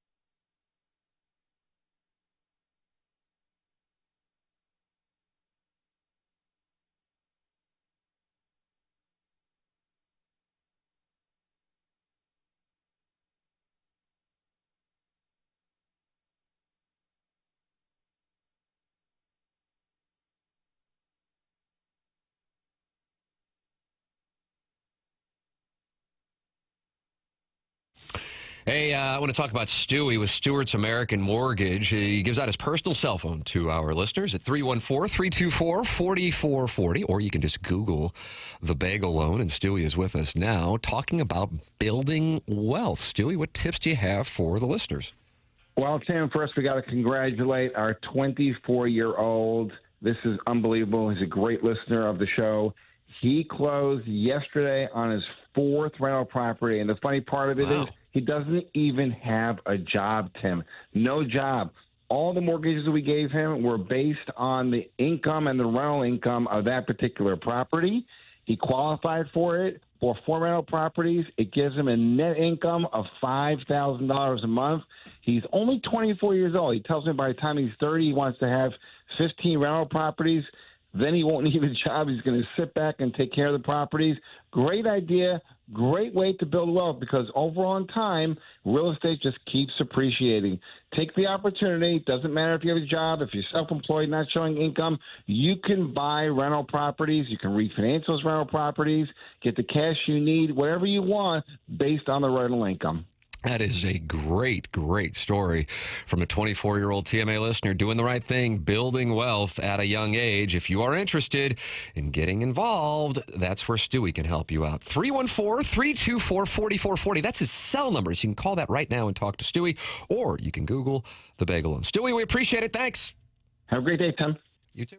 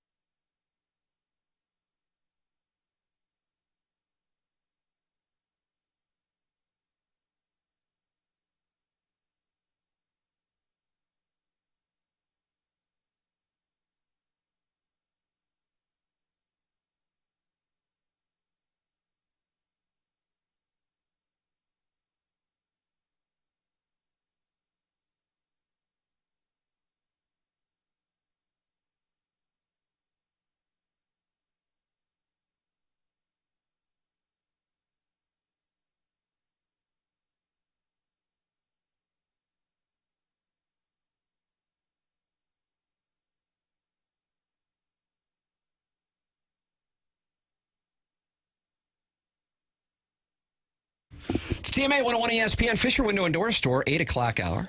Tim McKernan, Doug Vaughn, Martin Kilcoyne, Jackson Burkett, Chairman Kurt with you on the program. And it is our pleasure to welcome to the Callier and Thompson phone lines the Hall of Famer, Bernie Federko. Morning, Bernie. Good morning, Tim. How are you? I am wonderful. How are you doing? Good.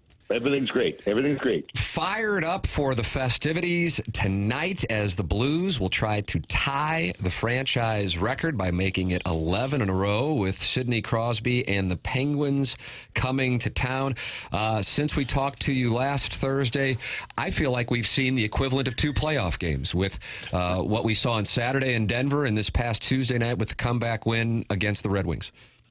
Yeah, that's this time of the year. I mean, it's tight checking, both 2-1 games, so you know exactly what you're expecting, I think, when you go to the game, because you know both teams are probably desperate. I mean, Pittsburgh will not desperate tonight. They're, I think, pretty well out of it, but I think the Blues have pretty well assured themselves a playoff spot, but you got to keep winning. You want to make sure that you get the job done. But it's been fun to watch, and it really, compared to what we saw earlier in the year, it's hard to believe that they're going for 11 in a row. And I think more importantly, I mean, when you look at the last 21 games, they've won 17 of them. So I think it's pretty fascinating. You were on some good teams. I don't know if you ever won 10 in a row, but you were on some good teams. When you get hot like this, do you just feel like you're going to win every game, like something good is going to happen at some point? Yeah, Doug, I think so. I think you expect to win. You go out there. I mean, it's not that you're just putting in the motion. I think that everybody now is on the same page. Everybody is working so hard, and everybody believes that, hey, just to continue to work and continue to do the little things that you're supposed to, right? And good things will happen. And I think we saw that against Detroit. They didn't play their best, but, I mean, it took them till the end before they could even score, but then get the one, late, and then they end up winning it in overtime. So, yeah, you expect to win when things are going well, and right now I think they're full of a lot of confidence. We were talking earlier this year, and I was of the belief, boy, it's kind of a quiet room. They could use a little more pizzazz. It's just a quiet group, and Shen's trying his best to kind of get these guys going. Then all of a sudden, this team's having so much fun. The chemistry's great. How does that play out? Is it always good chemistry if you're winning, or were you on some crappy teams where everybody loved each other? Well, you know what? I think you pretty well really like each other in the locker room. I mean, you tend to, when you spend all your time together, you tend to either have to learn to like each other, or you're going to have a lot of trouble during the season. But, I mean, I don't know what happened, to be honest. I mean, I think I'd love to be able to put my finger on why all of a sudden everything came together. But, they are having fun right now. And I think it's just when you start winning, you win a couple of games, and then everybody just says, okay, hey, you know what, let's keep doing this. There's a lot more fun going to the rink when you're winning. So you keep doing the right things. You keep working your tail off, and good things happen, and then you just kind of start to rolling, and that's all it is right now. I mean, I don't think there's a solution or there's a recipe for what's going on right now, but I think every team goes through it. And then, I mean, we talked about Detroit the other night. When Detroit, when the coaching change was made, and when Todd took over there at Detroit, I think they went like 17-5-2, whatever their record was, and then all of a sudden now they've only won 4 of the last 16 games. So what happens? The same team, all of a sudden they play so well, and then you don't. So it's a fine line between winning and losing. But certainly when you're winning, you have a lot more fun, and you want to stay it that way. Now, I don't know. Hopefully that's not going to change. But you have to play against the other team, and sometimes the other team is better than you, and you just have to accept it. But if you're playing your best and you lose, you still know that you'll be able to bounce back the next game. And I think that's the attitude they have right now. Yeah, you're exactly right, because the last time they lost was against the opponent they're facing tonight, the Pittsburgh Penguins. And I specifically recall, talked with Vitale the next morning, it was a Thursday night, that they were going, it was really weird because they outplayed them, but they just didn't beat them. And so that momentum carried over. If you recall the Stars Sunday afternoon game where they gave up 4 goals on the penalty kill, 5-on-5, they felt like they outplayed them. So even in losses, there has been momentum, and weirdly, some games, Bernie, where they felt like they didn't play well, they've won. So there's been this theme here really going back to the 4 nations. And that's what a lot of the guys cite is having that break, that respite. Coming out of it is really when this team took off, and it was almost like a second training camp where Jim Montgomery was able to kind of instill some things that this team has taken and running, and they were able to breathe, get past the trade deadline, and that's when they took off. Yeah, I would agree with you. I mean, you go back to even just before. I mean, they beat Chicago, which was a terrible game, but they came back and ended up winning that game. And then they had the break, and they actually played very well against Winnipeg, lost that game in overtime. And then since then, I mean, realistically, yes, they outplayed Dallas. They outplayed Pittsburgh. They actually, I thought, outplayed the LA Kings too. That one they lost in overtime. Yeah, 3-2. They may have won the last 21 straight games instead of just 17 of them. So it's really bizarre, but they have played really well. And I think that's the whole theme that you have. If you play well, whether you win or lose, as long as you're playing well, you know that you got a chance each and every night. And I think that's what they've given themselves. And yes, there's some games that they probably shouldn't have won, but when you're on a roll, you're getting the right bounces. And unfortunately, that can change very, very quickly. But you have to believe, and even if you have the bad bounce and you lose a game, you got to be able to continue to say, hey, if we continue to play like that, we're going to win more games than we're going to lose. And I think that's the situation they're in right now. What did you think of the way Snuggerud played the other night? And do you think we'll see him the rest of the way, or are they just going to play him a little bit to get his feet wet for next year? You know, that's a good question, Doug, but I thought he played very well. I mean, he almost scored on that first shot that he had. I mean, you watch that on the replay. That almost went in. It just almost went underneath the goaltender's arm. But I thought Talbot played really well. But, I mean, I thought Snuggerud, I mean, he was certainly not out of place. I noticed they sent Dvorsky back down, but, Snuggerud, I think that he's very capable of playing. I mean, you can see that he can skates well, he shoots well. I mean, his hockey sense, as Jim Montgomery said, defensively he knows where he's supposed to be. So, that's a decision that the coaching staff is going to have to make. But certainly he's very capable of being in the lineup each and every night. Bernie, what were the circumstances of your first NHL game? Friends, family there? Where was it? Do you remember being nervous? What were the details? His first game was in Colorado against the old Colorado Rockies. No, there was no one there. I mean,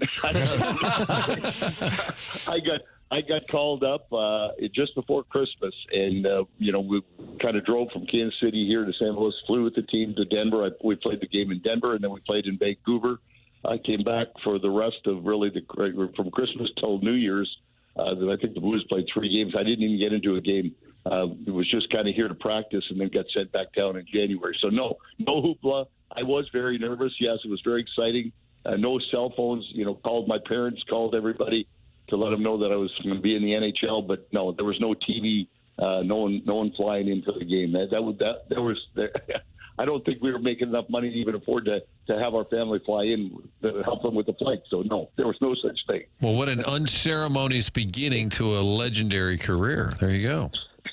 It is what it is. Do you think the Blues players, do they care who they're going to face if it's Vegas? If they somehow overtook Colorado, they need to have to play Dallas. Do you think they're Winnipeg? I mean, do you think they even think about that? No. I mean, I think right now, obviously, as we get closer, they're still thinking about just being in a position to be in the playoffs. And I would agree that, that it's with Vancouver losing last night, I think that it's pretty well all wrapped up. It's going to be whether or not they finish ahead of Minnesota or not. And I think that's all. You just want to win as many games as you can. But, whether you play, no matter who you play, you've got to go through everybody. And certainly everybody above you is a better team. You're the underdog. But the way the Blues are playing right now, they have to believe that they can beat anybody. And I think that it's the other teams that are probably more worried about who has to play against the Blues, whether it's Winnipeg, whether it's Vegas. I think they're more concerned about playing the Blues right now the way they're playing, especially with Binnington in goal. It does seem like they got a pretty good mix to go into a playoffs. They got some guys who've been there and won it all, and a lot of young guys who should still have some energy, and 2 pretty good goalies. That's about what you'd want going into the playoffs, and everybody's healthy when Federko comes back. Yeah, absolutely, Doug, and I love the way that the defensive played. And when you look at the veteran guys on this, you've got guys like Falk, and you've got Fowler and Leddy and Suter, and then Breaker goes back to the way Broberg has played. This team has got some really good veteran defensemen on it, and yes, you got what Holloway has done. Kyrie's playing very well. Thomas is. Shen. Everybody's playing well right now. So yes, I think the mix right now and the chemistry they have right now, I think that they're going to really, scare anybody they have to play against. Blues are going to face Sidney Crosby and the Penguins this evening. As a Hall of Famer, and you've seen him and what he has done over the years, both for the Penguins and the Canadian national team, what do you think when you watch him play? He certainly came into the league years ago, Bernie, with a lot of expectation and pressure, and I feel like he has lived up to, if not exceeded, those expectations. You're able, of course, to see it through the lens of somebody who is in the Hall of Fame. When you see him play, when you've seen him play, what do you think that stands out that separates him from so many players? I just think the way he handles himself. I mean, he's been an ambassador for the game of hockey since he's got in. Yes, as you said, he came in with such hoopla, the first overall pick. I mean, that, he's going to be everything. And he's lived up to the hype. I mean, the way he handles himself, the way he carries himself, the way he speaks. He's always got something positive to say, and scored the big goal for Canada when they won the gold medal in Vancouver. So, I mean, he's done with the pressure that he's had on him in his entire career. He's been absolutely nothing but fantastic, and I just think the way he handles himself and carries himself, I think, is the most important. The way he sells the game of hockey, not only here in the States, but in the entire world, is so aware of hockey now, and I think he's really been a gem with it. Are you shocked that Ovechkin's going to catch Gretzky? I mean, that's a number I thought nobody's ever getting to 894 career goals. Now Ovechkin scored in back-to-back nights. He's 39, and he's got 39 goals this year after missing about a month. He's 2 from tying, 3 from overtaking the great one. Yeah, Martin, it's pretty amazing, and I did not think. I thought he was going to get it because he said he's going to continue to play until he gets it, and I was not surprised for that to happen. But for having to happen this year, it's very, very shocking. It's unbelievable. I mean, he still continued to score. He just had 39 goals, and the goal he scored last night, the patented one-timer from the left side, which we've seen so many times. So yeah, it's pretty amazing, but you still got to get it. And I think now the pressure comes, but they get 6 or 7 games left, and certainly he should get it. But there's going to be a big watch, and I'm sure that the league is going to be watching him. And Wayne will be there, I'm sure, every night. So it's going to be. Wayne's probably hoping that if he gets it really quickly, so he doesn't have to continue to follow him each and every night. Okay, where are we going tonight? Columbus. Where are we going next? So yeah, I think it's pretty amazing feat for him to be able to beat that record, because I didn't think anybody was ever going to beat it last year. I said the same thing. I didn't think anybody was going to get it until. I said possibly, because he said he wanted to continue to play and pursue it, but certainly I didn't think it would happen this quickly. Did they put you on the ice a lot when Gretzky was playing against the Blues? Was it you against him, or were? No. It was kind of very rare. I mean, I played against their checking line, and I think Wayne played against our checking line. It's kind of you matched up. So I mean, occasionally you would be out against. I mean, Wayne killed penalties and this and that. So in the power play, we saw a lot of them, but no. I mean, I think in those days it was always against the Czech. I mean, guys like Dennis Savard or Howard Chick or Trache. I mean, we didn't really play against each other. It was kind of checkers against the scorers, and the scorers didn't really play against the scorers. So it's a lot different now. Yeah, because he'd had a lot fewer goals if you'd have been out there. Nice. There you go, Jim. He would have had a lot more. Well, I don't know. It would have been wide open hockey. It would have been back and forth. That would have been. It would have been a. Tim, how about his calling the Hall of Famer and the phone works, the connection works? I mean, that was the 1 week anniversary last Thursday, Bernie. On behalf of the program, we would like to apologize for whatever audio you heard in your phone when you were trying to talk to us when we were broadcasting from Busch Stadium, Ballpark Village opening day. Guys, it's happened many times, so it's nothing that we can do about it, and I'm never have a reason to apologize. God bless. Well, we can apologize for the rest of it. The Jeff Passan audio maybe comes to mind. Bernie, always appreciate it. Great conversation as always here on Thursdays on 101 ESPN, and looking forward to the festivities tonight. Blues and Penguins trying to tie the franchise record with 11 in a row. Appreciate it, Bernie. Thanks, fellas. You have a great day. You too. It's Bernie Federko with us here on the Callier and Thompson phone lines. He was a great one. He was a great one. I really like that Bernie Federko. Oh, yeah. You apologized Everybody to him does. when you called him and said, "I'm so sorry about last week." It was nice. And he's always incredibly gracious and probably like, kind "Oh, and he's as flexible. kind as it gets, isn't he?" He's great. He's like, "Well, I didn't have to do the hit. Don't apologize." The Blues community, like the alumni, by and large, is everybody's like. So you're getting on board. I've said it all the time. I love everything about hockey except the actual gameplay.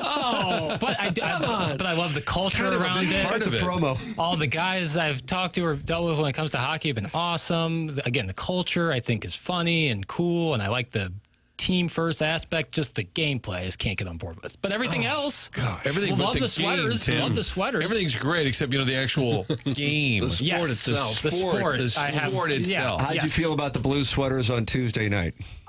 They kind of grow on me a little. I like that they use the red accent also in the sock area. Is it called a sock? I think it's called the sock area. Well, they call them hockey pants when they're clearly shorts, so I don't know exactly what everything is. You're about to get sideways with the whole sport again. Well, how could they be mad at me? I just said I love their sport. Well, I love everything about their sport except the sport. Oh. Think about it. But that sounds worse than what I mean. Mm-hmm. Well, one thing about hockey players, they're all smart enough to know who to call when the garage door doesn't work. Oh. And that would be Schaefer door. Yeah, they'd call Jason Gossrow is what they do. They would. I think there's a lot of talk about that in the locker room. How's your garage door today? I think someone will say, well, it didn't go up. And then they say, well, call Schaefer door. I think this probably happens frequently at Blues practices and before, maybe even during games. Maybe they get a call from the wife saying, hey, the garage door's not going up. Well, it's the middle of the second period. What do you want me to do about it? Well, call Schaefer Door. This is how it works. 636-782-3608. That's the number for Schaefer Door. And they also have to spell it for their wife so she can look it up. SCHAEFER. Schaefer Door services all kinds of garage doors for service and new installs with LiftMaster. LiftMaster garage door openers are strong, quiet, and Mister. They are versatile. They also handle those big, giant business or warehouse doors. If you should have a problem there, Jason or one of his people will get right out there and help you, as they've done for me on a couple different occasions. The website again, SchaeferDoor.com. Call or text at 636-782-3608. Schaefer Door is a CHI overhead door dealer. The red sweaters sucked in the 90s, and they suck even more that they brought it back, Jackson. That's from Magic Beans, Doug. Magic Beans. That's a recent text name. And you're allowed to have a different opinion than me. That's my gosh. Oh, that's allowed? What makes our great union great. And so I just say, like, I don't love them, but they have grown on me a little. I like the trumpet usage, I like that, Trumpet I think usage. lean into, I think sock area, trumpet usage. I think the name St. Louis Blues and then the 64th note, the team starting 64, like all that stuff, or 68th note and starting 68 is really cool. Like, I think you lean into like the music aspect of your name. The history of blues music in St. Louis. The I think Utah it's really Jazz has done that as well. Yeah, they've a place known for a rich history of jazz, Salt Lake City, Utah. Jazz club. You can't even get a beer without joining like a beer club. Brigham Young played a mean trombone. That's where it started. Yeah, that's right. Magic Beans is a dork. Those jerseys are beautifully hideous. Grow up. That's from the 314. Does not have a text name, but you can get one between now and I guess tomorrow's program, and then it's over. Yeah. Can you get one on Monday? You What's can the do it date on Monday again? Doug, you got it. I don't crowdsource calendars, but I think it's April 7th. 7th. I'll do it Monday. I'll do it Monday. You will do it on Monday. As a gentleman's tip to the listener, like a little gentleman's tip to the listener. Like as like a I'll give you the 1 day grace period. Throwing them a bone. Okay. Yeah, a little like a. What's it in French cooking or Cajun cooking? Like Doug, you do a lot of French culinary. The extra thing you get at a lanyap. That's what it's called. What in the world? This guy's dunking on us with his old money. That's it's like an extra little thing, like when you dine. It's a thing of what? Like a sauce? no, appetizer? Lanyap. A lanyap. I think you guys have talked about it maybe years. Spelled. It's like talking to Joe. It means a little something extra or a small gift given to a customer by a merchant, often used as a bonus or a perk. Huh. A little lanyap. Can you get that at Cajun restaurants? Well, it's Louisiana French word, so yeah. There you go, Doug. We're learning things here. That was a dictionary dunk. Well, it's my little lanyap. Hey, you virgin. What's up? Stop trying to climb on the hockey wagon. We all know you'll take a November game in Charlotte against New Orleans over a Game 7 Stanley Cup playoff game. That's from the Warson Woods Wacko. That hurtful? Depends if Zion's healthy. I was just going to say you'd have a chance to use that. I saw the Hornets play earlier this year. Good time. Have you seen the Hornets live this year? No, I Boy, haven't. will Noah Not Ball likes to live. shoot. The Hornets were the Bobcats. They were the Hornets, and then they left, and then they were the Bobcats, and now they're the Hornets. Yes, so the New Orleans Hornets then changed to the Pelicans, and then Charlotte took the name Hornets back. It was quite confusing. And what there happened for to the a period of time. Bobcats? They just Bobcats threw them. R.I.P. Yeah, that's God for it. It wasn't necessarily the greatest history for the Bobcats. I doubt they made the playoffs more than once. People like Del Curry probably is their career leader and everything. Grandmama, Glenn Larry Rice. Johnson. Larry Johnson played for Muggsy Bogues, Muggsy Bogues. Yeah. B.J. Anderson. Michael Kidd-Gilchrist. He had a really beautiful shooting form. Making Snuggie wear that trash sweater in his debut is awful. Those jerseys give me bad memories of the Keenan debacle and him screwing up what should have been a great Gretzky era. That's from Ian LePerriere. How about him? Oh, Lappy. Is that what you have on the side at a French restaurant? A lappy? No. Someone texted him, why are you so hard to like, Jackson? Oh, that wasn't nice. I disagree. Chairman Stephen Wildwood won the Listener of the Year in 2023, and he would prefer I do not go into the building tonight. I'm taking my 7-year-old so he can see Sidney Crosby, and I'm looking at my phone where we usually will take pictures as a family when we go to games. We were at the Wild game November 19th, Doug. Didn't go well. We were at the Buffalo Sabres Sunday afternoon game. I think that was in December or January. Didn't go well. We were at the Canucks game January 27th. Didn't go well. And so Chairman Steve's worried that if I go tonight, it won't go well, and so he is making this offer. I'll walk up there and take the kid in so you don't F up the streak. You can hang out with my wife in our apartment and watch White Lotus while you watch the game on your phone. She won't even realize we switched if you act like you're listening. That's from Chairman Steve. Wow. Bleak. Wow. What about the do factor? Tim's do. Yeah, that's true. Boy, I'm going to be wearing it tomorrow morning if... They must just true. be so jittery to hear you That's come what into the I wonder building. about. Yeah, there's a rumble. Oh, he's here, he's here, he's here. And then they try to find you, scan the stands, and when they're looking up in the stands to find you, someone scores on them. Yeah, that could be it. I remember, comparatively speaking, Sarah Palin...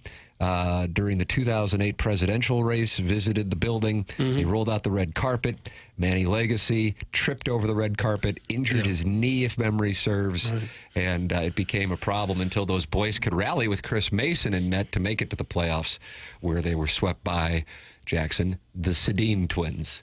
Right. The Sedins.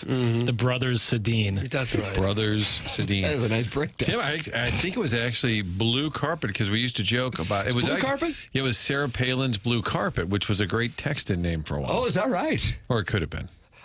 Make sure Tim pays homage to Jobu. That is from the 314. Yeah. I'll be happy to. Maybe that would be the difference. What will you do? Rum. That's what you bring. Yeah, Jobu likes his rum, you know.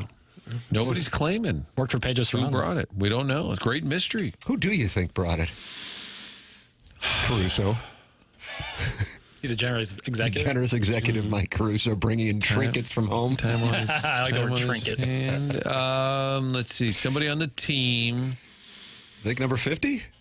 Seems like it might be something up his alley. That's Seems to talk about it a That's lot. a It is. really good play. Yeah.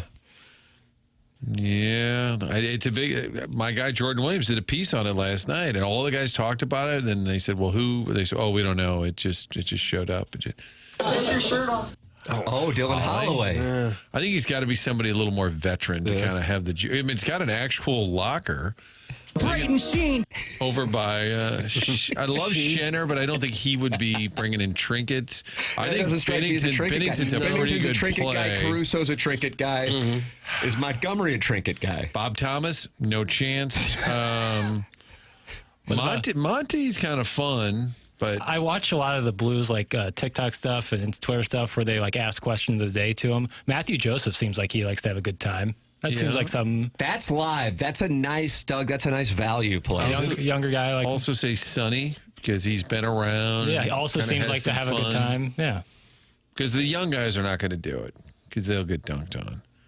I think it. Oh boy, Bennington has not been effusive. He used to be a little more talkative back in the Jim Thomas era. Jim Thomas era, yeah. But he was very talkative when it came to the Jobu. He had fun with that. Oh, if I had to wager, that's what I would say. Tim, I'll valet park you in my building and pick you up after the game. I'll give you a piggyback ride back to the garage. Do you prefer club soda or tonic with your Kettle One vodka? That's from Beer Cats, and he won Listener of the Month. He's going to give you a piggyback ride. I think he actually could. Yeah, he's huge. Pretty big guy. He's El Gato Grande. Mm-hmm. Yeah. Would you accept that? And your kid will be on your piggyback? So like an MMM. Well, I guess. Did Prod have a take on that specific sequence? No, he was more MMF oriented. Jackson, what is your opinion on sporting events where both teams wear dark uniforms? It sucks for colorblind people like me. We can't tell them apart. Thanks. It's from the 314. Hate it. Jackson has a uniform Twitter account that's a burner. I still haven't found out what account it is, but he comments on uniforms. No, it's my account. And now my profile picture is back to me and not of Jake Gunsel. But hate it because, and the NBA does it like it'll happen once a night where two teams are wearing dark or semi-dark colored uniforms, and it sucks. It's one team in basketball needs to be wearing white uniforms, and the other team any other color.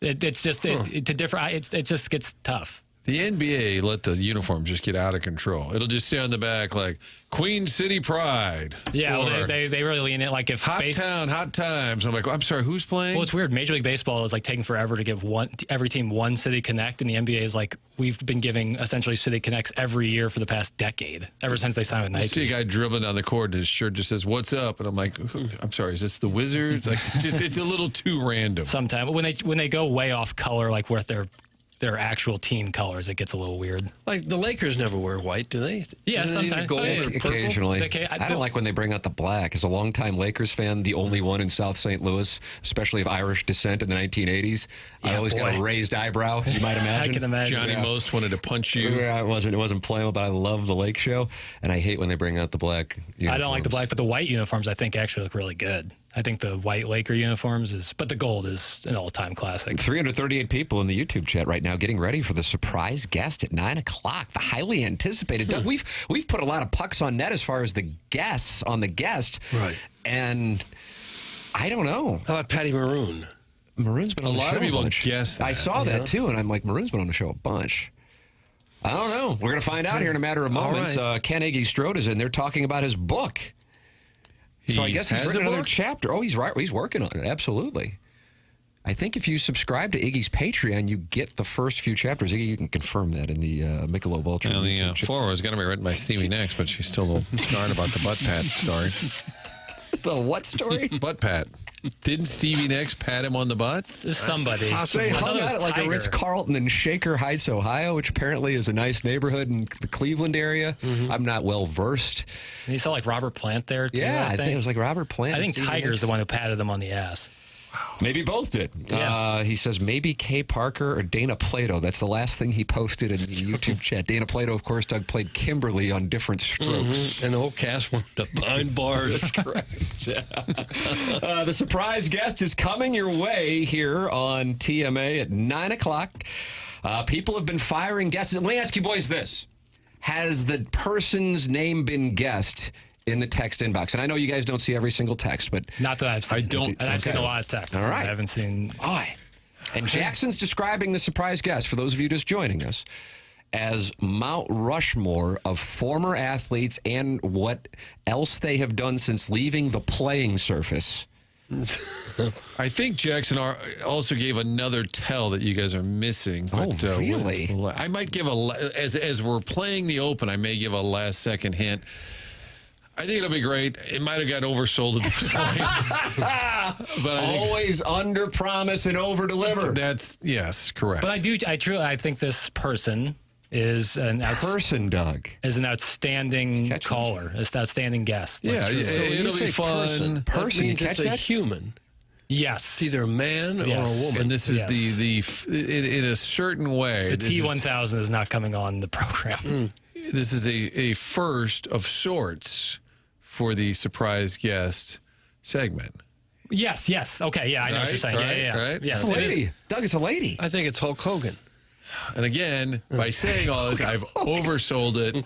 I've oversold it. Hulk This is on Hogan's me. been on the show, though, too. Oh, he has. Larry yeah. Nickel, no pun intended, grilled him about how he passed on the George Foreman grill. That's wonderful audio. And Hulk Hogan, who was just like kind of like humoring us by letting Larry interview him. Or Larry starts going into the passing on the George Foreman grill. He goes, okay, what are you with the IRS, brother? Let's ease up a little bit with these questions. So fake Hulk Hogan's going to make it. No. Maybe it's Sable? What if it's Jeff Passan after Doug! last? Because Oh, last could be. Thursday's audio was so unpleasant, we thought we'd just get it squared away. That audio of us playing that audio is. And by the way, when I say this show is crap, what I mean, because I look at all the things I have open, I have the hockey standings, I have the Cardinal box score, and then I have Bobby Vinton's bio. Nice. And Still he's with us? still alive. The Polish Prince will be 90 this year. I have the 1986 PGA Championship Open, Bob Tway. Shohei Ohtani, his box score from last night. Of course, Dodgers won again. Yeah, And then Doug. my quiz for you guys I haven't gotten to because I was reading about Bobby Vinton, but was the all-time Cardinal home run list because of the catching. We started debating at work last night. What catchers did the Cardinals have that were like power hitters? They really haven't. Ted Simmons hit a lot of home runs. Not a ton. We'll get into that a little later. Park was big. Yeah. Man, I am intrigued. Well, we're about to find out the surprise guest, a Mount Rushmore surprise guest, getting things underway in the Mark Hanna Evergreen Wealth Strategies 9 o'clock hour. It's coming up next. This is TMA, presented to you by Brown and Crouppen on 101 ESPN and the TMA STL YouTube channel.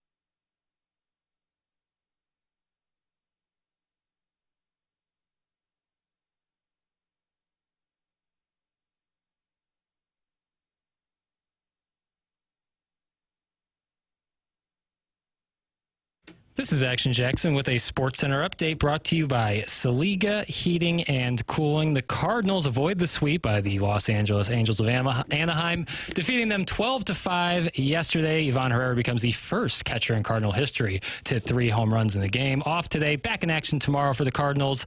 1:10 start tomorrow against the Boston Red Sox. Eric Fedde will be towing the slab. That was another Sports Center update brought to you by Saliga Heating and Cooling, an independent American Standard heating and air conditioning dealer.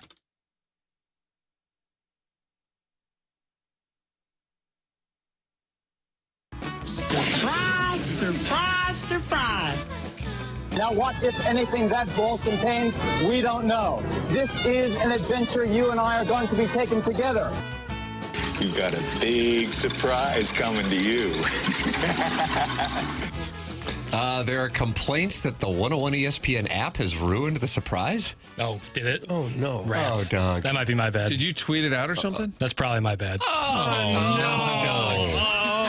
No. And one of the most anticipated surprises to start the Mark Anna Evergreen Wealth Strategies 9 o'clock hour, and it's been ruined. Although I don't know, I'm not seeing any text. I'm not seeing any text about it. For the panel, which is all we care about, is right here. Yeah, and I don't really look at Twitter. Tim, Reese has stopped tweeting. When I said it's a first of sorts, it's our first repeat surprise guest, and it's relevant for a number of reasons. I mean, what's going on right now? For a number of reasons, Claves. Number of reasons? No. He was not a surprise guest, for the record. I just think there's a lot to get to, and it's in this person who, I agree with Jackson, is a Hall of Fame caller and friend of the show. What's going on, buddy? Yeah, let's go. Move on. What's the first question about hockey, please? It's Keith Tkachuk. Walter? You were supposed to call in and clarify that you wanted to talk to Dirtbag about Boston. Tim, the Frozen Four is next week. Boston U is here. Cardinals are about to play the Red Sox. Cardinals have a day off in Boston. Blues are red hot. Matthew Tkachuk hasn't played since the Four Nations. And Big Walt said, it's time to talk. It's time to air some grievances. Yes. Hey, Walter. Yeah. What's up, boys? Dirtbag, how you doing? I am wonderful. It's worth it just for that. Walter, I need to get your opinion on this. This is key. I'm taking my son, 7 years old, down to the game tonight. Wanted him to be able to see Sidney Crosby, but I'm reviewing my stats for attendance this year at games, and the Blues are winless when I'm in the building. Doug theorizes the boys get nervous when I'm there. Yeah. Should I just send the 7-year-old in and stay outside the building? How would you recommend handling this? You are a jinx. There's no doubt about it, but you got to go. I don't think the way we're playing right now, you're going to ruin it, so you better be there. But you're not there to watch Crosby. Come on, even though he's probably the greatest player in the last 20 years, but no, you'll be fine. We'll cut you some slack. You got to go down there. Yes, Doug, I'm in the clear now. All right. Stephen Wildwood, I will not be hanging out with your wife tonight. Anytime you can spend time with your kid, you do it, buddy. So we'll cut you some slack, buddy. I think what Walter's saying, Tim, is you really don't matter. Is what he's saying. I hate you. I still hate you, dirtbag. You gotta go do it. Jeez, I thought he was going to cut that off a little softer. Oh, goodness. Well, Walt, we got the Frozen Four. BU is the Terriers. I want to say they're the Terriers are coming to town. This is pretty cool. Yeah, I'll tell you right now, I'm very proud of that group. I mean, honestly, the 4 teams I would have never predicted, and I can say that honestly, to be in the final in the Frozen Four. But you know, you look at the coaches that are here, and especially at Boston University, you know, you got David Carl with Denver, one of the best coaches around. Then you got Jay Pandolfo with BU, Pat Ferschweiler for Western, and then Guy Gowski. I mean, these are great coaches, and you know that's the reason why they're here. It's going to be a fun time, but you know, at the end of the day, I'm a BU guy, and I'm rooting for BU. Did you even go to class? For 1 year, I did on and off. I mean, I was there to play hockey. So, but no, BU is a great school, and it was a fun time there. It really was. Did you have a major? Did you have a backup plan if hockey didn't work out? None of your business. I wasn't gonna let it get to that point. I'm sorry. I was there to play hockey. Oh, feisty. I like that. Let it get to that point. I wasn't going to let it get to that point where I had to deal with that crap. Could have worked down at the docks with Ma. I would have been a fireman like my dad was in Boston. So that was my backup plan. I wanted to play hockey so bad. But if you don't go to school and you don't do well, you don't play. So you have to do well. Okay. All right. On and off with no major declared. Keith Tkachuk, friend of the show. There's so many different topics. He's sworn up, much like Edmund says he's done with media. Big Walt's done with the Red Sox. So I can't even get a weekend preview of Cod's Red Sox as Big Walt's done. They're kind of flopping around to start the season. I just hope the Cards sweep them. How about that? You really are done with the Sox. Gosh. Why are you done with the Sox again? I forgot. None of your business. First of all, it is none of your business. But I've lived here long enough, probably more than I did in Boston. Plus, once they got rid of Mookie Betts, that's right. Done with them. That was it. What about a day? Cardinals have a day off. They're all in Boston today. What should they do in Beantown? Go to the docks and tell my mom to quit. Still working. Well, who's going to support her? Keith's wife or mom. You need to quit. Yeah, that's not a bad way to spend your day in Boston. God, I thought there'd be a little more to it, Tim. Not a lot of sightseeing. Hey, Walter, with the 10-game streak, and it seems like it started right around that Four Nations, is there anything like strategically that you've observed that the Blues have done that has played a role in the team going from what they were doing, kind of flopping around a little bit going into that break to what they've been able to pull off, especially without Parayko for the majority of this run? First of all, it's a big loss, but it just shows you the depth we have. You know, I haven't been around here enough to watch, but I've watched it on TV, and you know, when you have a guy like Jim Montgomery leading the way behind the bench, this guy, all he does is win at every level. So, and the guys are stepping up. They're playing well. It's everybody's chipping in, and you're playing fast. Even when you're down, you find a way to claw back. And we've beaten some good teams, and it's amazing the record we've had. And hopefully we can keep it going. This is the right time to be playing well.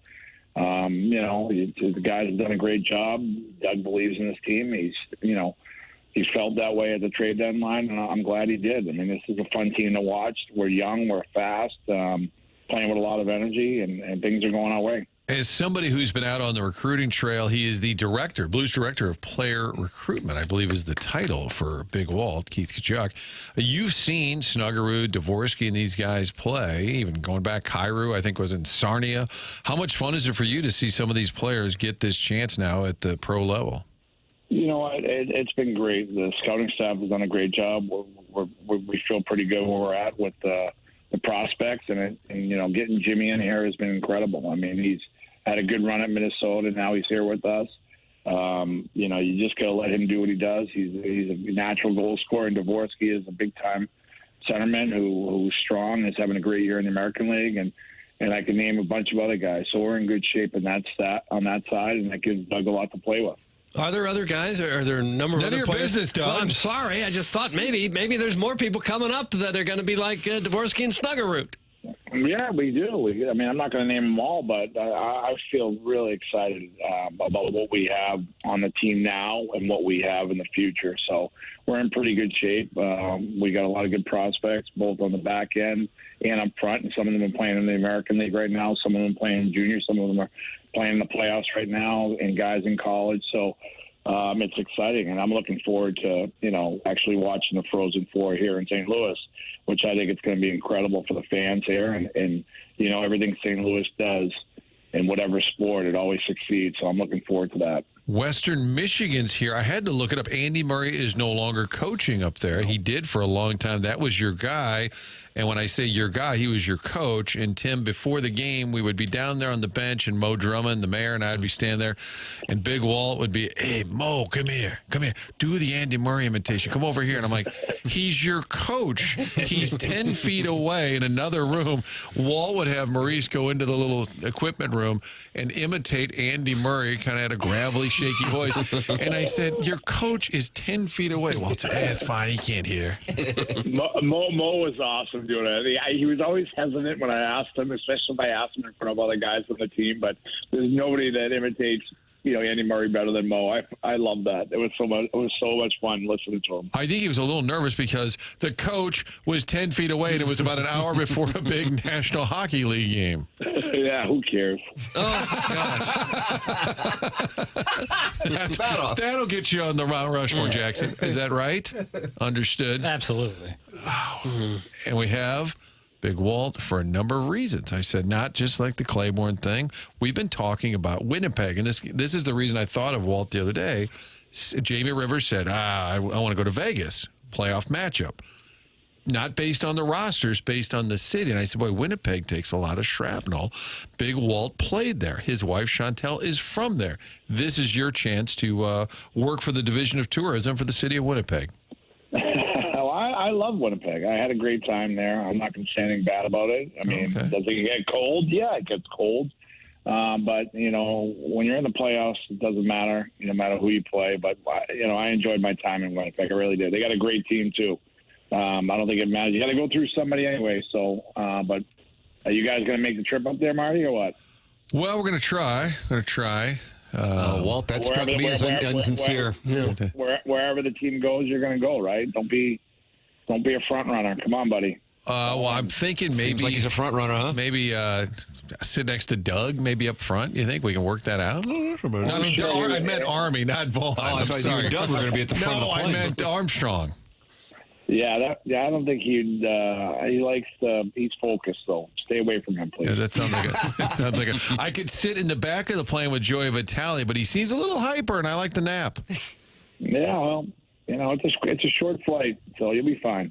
All right, so Winnipeg is just fine with Big Walt. Well, I mean, his wife is from there, so I like Winnipeg. I really did. I enjoyed it.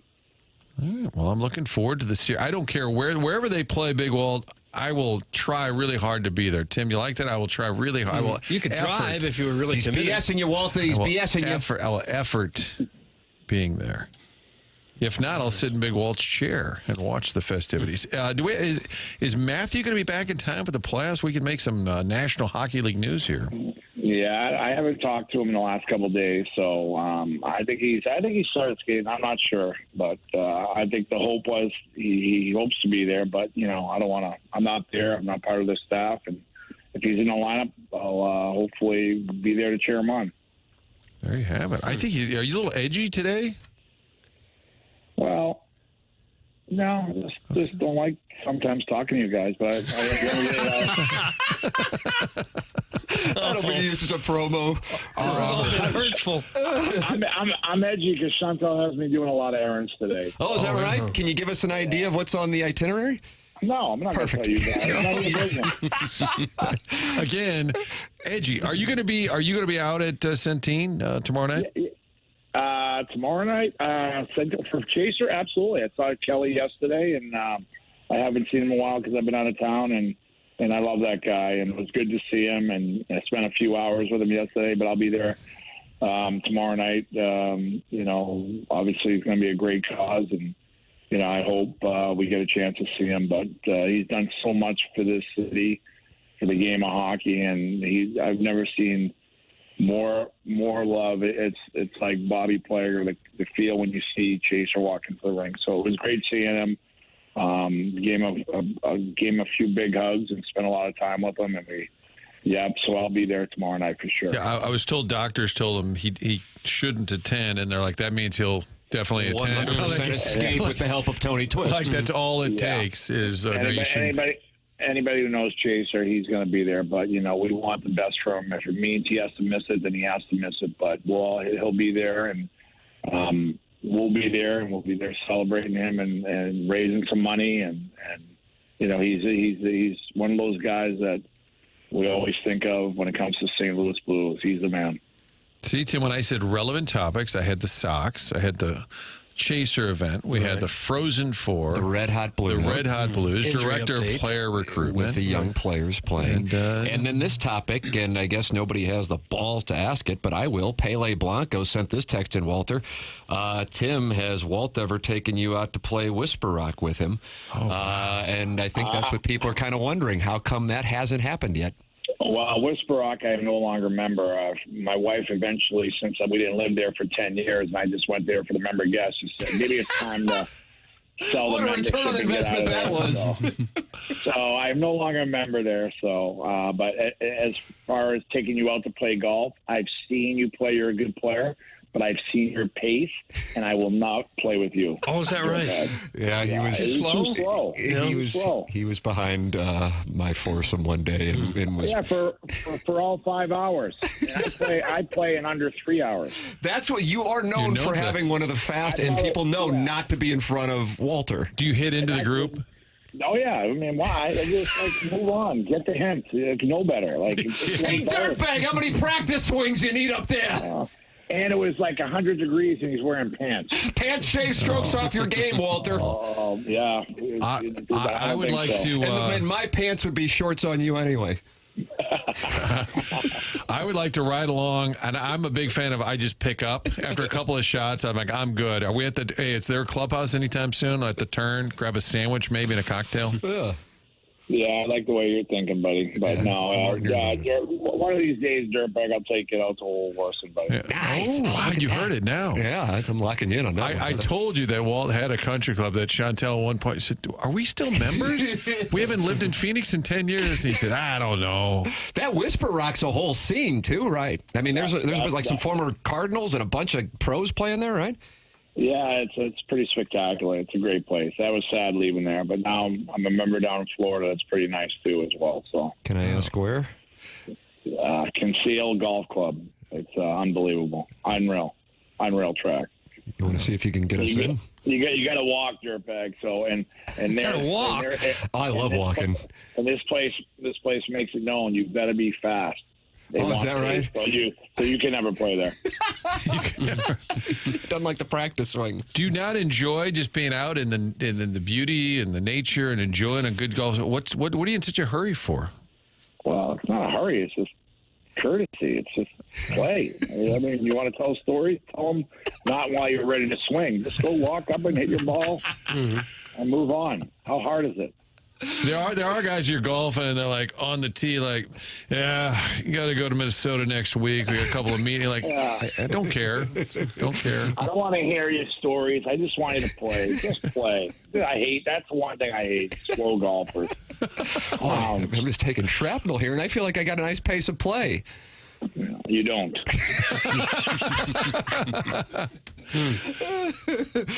Walter, always wonderful to talk it over with you. Look forward to joining you for a member guest at Whisper Rock and at Old Warson. Are you not invited? Well, you kind of are. It'll be fun to That spend was some just time. that was just like a throw-out invitation, but don't reach out to me.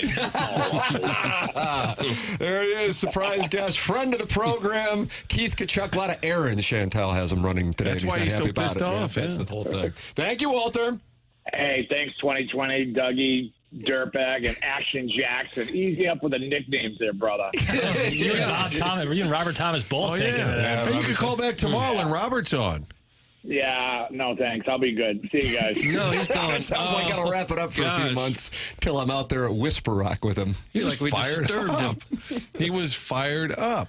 So the twist there, and Jackson and I talked. I said, would it be kind of fun? Because I did think the topics were all relevant. I said, but he's already been on. But maybe the twist is that he's a guest, but he's already been a surprise. And Jackson said earlier, somebody who's, you said, like, already has called in. Or Mount Rushmore of former St. Louis athlete who's been on the program. Yeah, I thought there was something more about Ben with us. Anyway, he was fun. He was said great. who's been on the program? Either been on the program. He did say that? Yeah. Oh, then what the hell was I doing? Yeah, well, that's what I was saying in the hallway to you. There was a tell early that kind of got missed, that he had been on already with us. So it could have been Butch Patrick. Could have been Calvin. But no, but he was fired up, man. I feel vindicated on that. Both the Mount Rushmore of athlete and then call a guest, because he plays so much ball. Yeah, he's outstanding. He was really edgy. As I think about it, you could answer almost every question with, it's none of your business. That's correct. That's correct. Hey, Ollie, in the first inning there, you pinch it, that's none of your business. Hey, you decided to leave Sonny Grant, that's none of your business. I also really like with Walter, anytime he gets a little ornery, the Boston accent comes out more and more. And anytime he says Martin, it really comes out. And I really like that. Walt just wants to see all the work Timmy has put into his perfect golf swing. That's from the TMA remote lamp in the in the Michelob Ultra YouTube chat. Jackson, the TMA remote lamp is a 1 week old from our remote at Ballpark Village last week. That might be the best YouTube name, like quick make a YouTube name I've ever heard, the remote lamp. Because it did for a second. Martin said correct that we were at a seance. They were too low on the light stands. They were too low. The lighting has to go from moved the up pie. as the program progressed throughout the course of the broadcast that day. Also, Walter Tkachuk has absolved me should the Blues lose tonight. And I know everybody in the audience will do the same now. Right, of course.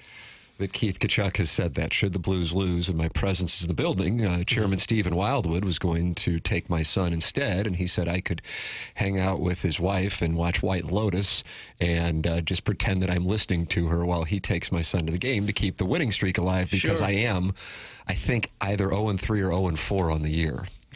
And no one will be the wiser on that situation. That's correct. That's correct. So if they lose tonight, then Jobu kicks Tim's ass. I think that's how this goes down. And it's probably a height disadvantage for you. But yeah, Joe was a little taller. Joe was a little taller. Guys, I still wear number 7 jerseys to all Blues games. That's from the 5-7-3. A lot of great number 7s in the history of their organization. Pat Maroon, Joey Mullen, Gary Younger. Yep. They have a little. Did they still have a little area of 7s? In the corner of the building. Scored on May 7th. They had a little area because it was Gary Younger, Joey Mullen, Big Walt. They didn't retire him, right? But they just kind of celebrated. They had a ceremony for number 7. That was, I believe, put together by Mike Caruso, who's doing the video for me tonight. I think that's in the second period, and I'll be out there on the little shovel waving. But my right shoulder's hurting, so I'm going to have to wave with my left. And look at this. If you're on the YouTube chat, and 318 of you are, look at this little princess wave with my pincers. I see that. Is it possible they could get 2 of the girls with shovels and you could have a foot on each shovel? So you're like skiing. I'm worried like a marionette. Because I'm not going to be on skates, but I do have my lifts in. Oh, so you look a little like taller. Elton John. Yeah. Elton John wears lifts? Well, like those boots he would wear when he would do a little Benny and the Jets, like 1972. Yeah, okay. Oh, there's a lot going on. Like I said, I admire Tim. Local broadcast hero, Tim McKernan. That's enough. If you wear a jersey to games and you're over the age of 12, you're a toad. Doug, that's from Tervis Bad Parish. take. That's half the crowd. Bad take. I think if you go to a hockey game and you don't have a jersey and you kind of feel like you're missing out, like everybody's looking at you, like, where's your jersey? We've been lucky enough to go to a bunch of different buildings in the NHL. I feel like Enterprise Center / Scott Trade Center / Kiel Center, I feel like it's been, and even going back to the Barnyard, I feel like it's kind of more of a tradition. I don't know if it's an inside joke thing in St. Louis to have like the old, somewhat obscure Blues sweater name on the back. And I don't recall seeing that in all the other places I've traveled in. Sometimes you get a jersey for a birthday or a Christmas present, and then the guy gets traded a month later, and you still got this $150 jersey, so you're going to wear it. I think Kerber used to call out, like, he would look down and try and find the most random. Hey, we got a Bobby Basson tonight down there in section 119. Yeah. You reach a certain age where it feels better to wear a jersey of someone maybe older than you or played a long time ago. So you wouldn't want to be wearing a Snipes jersey tonight? Not really, no. But, Federko or Al Arbor, sure. I'm getting a jersey with McKernan on the back of it, of course, and the number is 1. That's from MB 2020. Doug, Roman Turek wore number 1, but he had an issue with paying attention. Yeah. Only at the biggest moments. Wasn't Brian Elliott also number 1? Kiddell's. Yeah, Kiddell's number 1. Blues jerseys are an Oakville tuxedo. Real status symbol in the cul-de-sacs off I-255. Doug, that's from Arbor Day, and he's won Texture of the Year the last 2 years. Okay. Wow. They love Oakville tuxedo? They love Blues jerseys in Oakville. I'm sure they do. But it's okay. I don't know that they treat it as a tuxedo. You don't see a lot of them at weddings. Although I don't think I've ever been to an Oakville wedding now that I think about it. Oakville wedding. Text in. Doug's ready to go. You could even officiate. Oh, Red Berenson, number 7. I was thinking that. A lot of people texted that were I was like, since we haven't said it, then I might be mistaken. But I was thinking Red Berenson, yeah. Kind of a big one. Yeah, I was thinking, was he 7 or 9? If he's 7. Guys, my Gooseroff jersey smells like nicotine. That's from Minute Bowl eligible Martin. I saw him under the bleachers right before Game 5 of the Western Conference Finals in 2001 against the eventual Cup champion Colorado Avalanche, smoking darts. Smoking darts. He was kind of the Esteban Yan, Pedro Borbon, like late pickup because you got to make a move. Yep, that's exactly. Like, what do you got? We'll make a move. What do you got? Gooseroff. Okay, got him. Email in the morning after at InsideSTL.com for the Design Air Heating and Cooling email of the day. Bernie Federko and Keith Tkachuk with us on the program so far.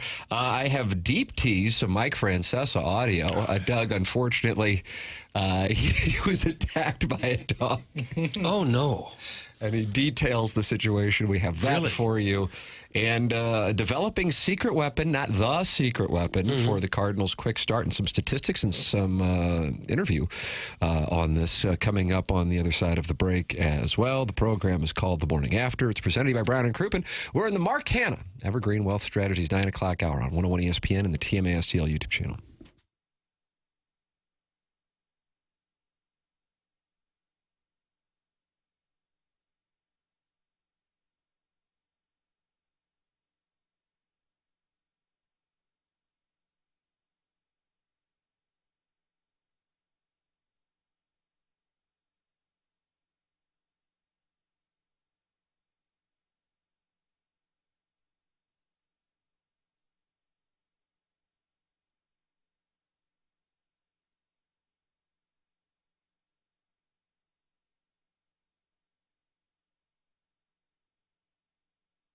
If you're grabbing groceries and trying to save some money, the best thing to do is go to Schnucks and download the app, the Rewards app that will let you know when you have double points days coming your way. Every time you check out, you accumulate points. You've got money coming back to you. You can pile up for as long as you want. Every time you check out, they'll let you know what your rewards balance is and whether you want to apply that to the purchase that day. In addition to those savings, you're also going to use the app to find things in the store for delivery, for curbside, all of it available one place on the Schnucks app. So make sure you download that app. You're stopping by and doing grocery shopping any day. You know they're doing their best to save you money, and you can do it with the Rewards app. Download it today.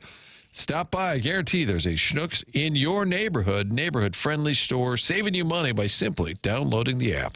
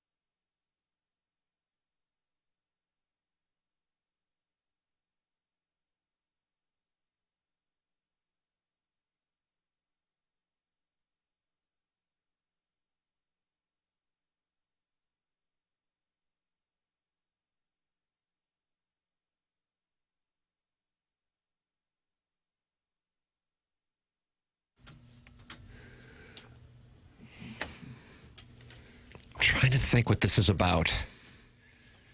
Jackson doesn't play music for the fun of it. There's always a theme, Doug. It's like a Scorsese picture. The music has meaning. You think? Yeah. Why are we getting, is it 1995's Kiss from a Rose? Gosh, I don't know the years, Tim.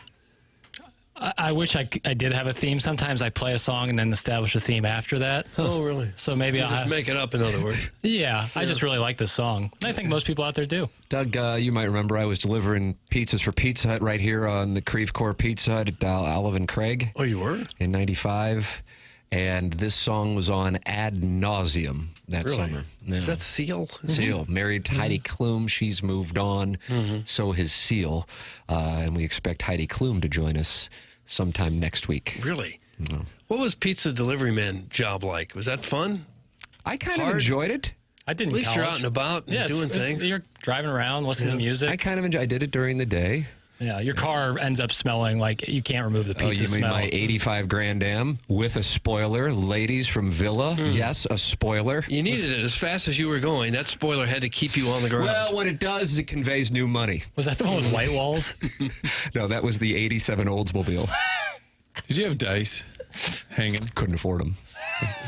That's why you're working at the Pizza Hut. Exactly, Martin. People ever upset with you because you got there too late or the pizza's not hot enough or they complain a lot? I didn't have that experience. All right. I enjoyed the gig. People are just so Pizza, which is still there, by the way, 30 years 100%. later. I'm also kind of backdooring a theme here. That was obviously in Batman Forever, starring the late, great Val Kilmer. But you didn't know that when you chose that music. I know that song is from Batman Forever, but I didn't put two and two together. But it probably subconsciously I did. And so you're giving yourself credit, even though Sure you is. No, Sure is. no.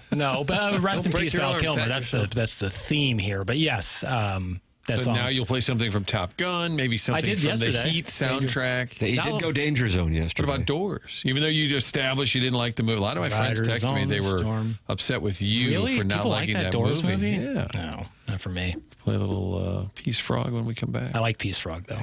All right, Jackson's on board with a Peace Frog. Doug, you can email in what you're on board with the morning after at InsideSTL.com for our Design Air Heating and Cooling. Email today. So far on today's program, Bernie Federko with us in the 8 o'clock hour. Surprise guest, friend of the show, and now my partner for both the Whisper Rock member guest and the Old Warson member guest this year, Keith Tkachuk. I hope we can live up to the expectations of the galleries that'll be following us. Yeah, well, won't be easy. People are just happy to see you, Tim. Whether you play well or not, it won't matter. I'm doing it myself. Gong himself. It's happening to you. I've lost hearing in my left ear. Because of the gong strikes, Martin. Mike Francesa nearly lost flesh, and it's because of a dog, and he told the story on his podcast, Doug, brought to you by Bet Rivets. And the problem is, during the video of the telling of the story, he's pointing to where he was scratched, except the entire time he's pointing to the wrong side of his face, calling into question the legitimacy of the wound. Here is friend of the program, Mike Francesa. All right. For those of you watching on YouTube right now, or if you're listening somewhere, if you're watching, which most of you are, you can see I didn't bother putting anything on it. Like, I don't put makeup on my face, so I don't do that. But Taylor got me. I was on the couch last night, lying down on the couch, and she jumped on the couch from the other side and landed, and her nails on her paw got my face, as you see, and left me with two wicked scratches on my face. So my beloved Taylor got me last night. She got me pretty good. So that's what that is. I don't know how long it'll take to heal. That's the first time that's ever happened, but hey, what can you do? So that's where those two scratches came from. Sorry, that is not a more interesting story involved. The entire time he's pointing to the scratches, which are visible. He's pointing to the wrong side of his face. Yeah. Taylor with the paw. I can't say paw that way without really having to force it. Paw. Yeah. Paw. It's kind of like when Walter in the first segment, Martin was saying, Martin. I can't make it sound. I'm missing a tinge of that Boston dialect. It seems like a harder way to talk. Like you got to concentrate more to say things like poor, water, New York, dog. St. Louis has a, Doug, I hope you'll approve this. I don't know if you will, a dialect that travels well. And I never was really aware of it. Of course, nobody's really aware of their quote-unquote accent. British folk, number one, get out of our country. And number two, they make fun of the American accent. Mm-hmm. But we, of course, talk naturally. But the one thing, when I was almost graduating from the University of Missouri Journalism School, that those who did not come from the state of Missouri would observe regarding the St. Louis/Missouri accent was a nasally pronunciation of certain words, such as Chicago. Yeah, that's a St. Louis thing, and it's so subtle. Huh. And I recall, I think the lass was from Dallas, and she goes, "Oh, you guys have an accent?" I go, "I don't think so, sister." And she goes, "Say Chicago." And I said, "Chicago." She goes, "See, Chicago. It's Chicago." And I'm like, all right. But like when, right. like the 80s, like the SNL skits where they were like the Bears fans, the Ditka stuff, weren't they saying like Chicago? Like they were really leaning into like the weird accent. Yeah, but that's But I think most St. Louisans say Chicago. Right. More than Chicago. Right.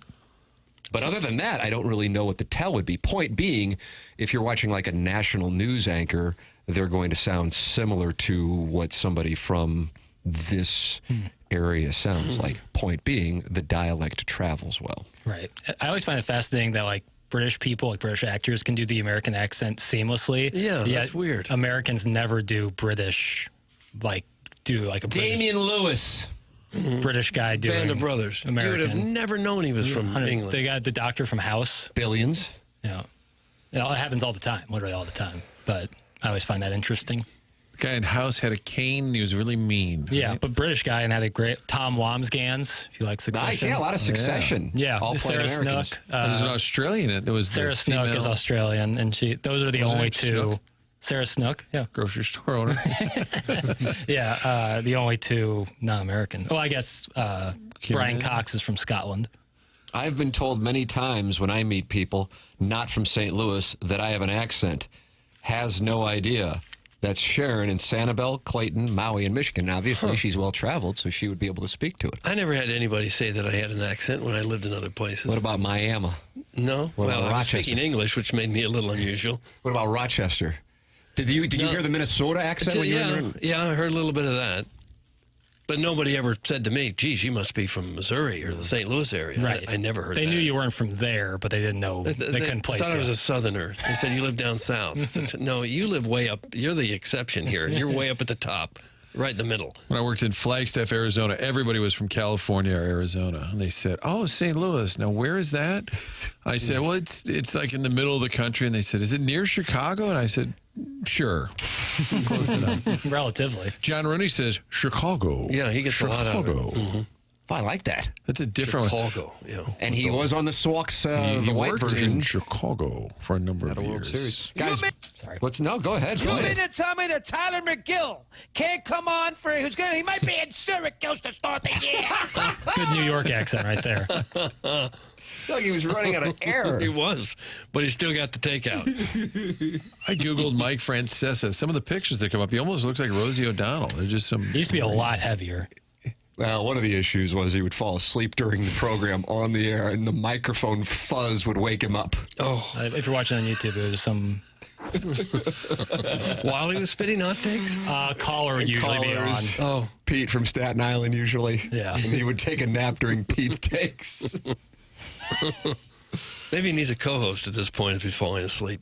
He was hopping mad on Twitter last week that you can't watch any of the hearings. The Senate is a complete joke. That's what his take was. The Senate is a complete joke, Francesa. He said has absolutely no interest from either side in delivering us the truth. Look at that. Maybe he should run for office. The Cardinals are off to a start that offensively is catching attention around baseball now that we are a week into the season.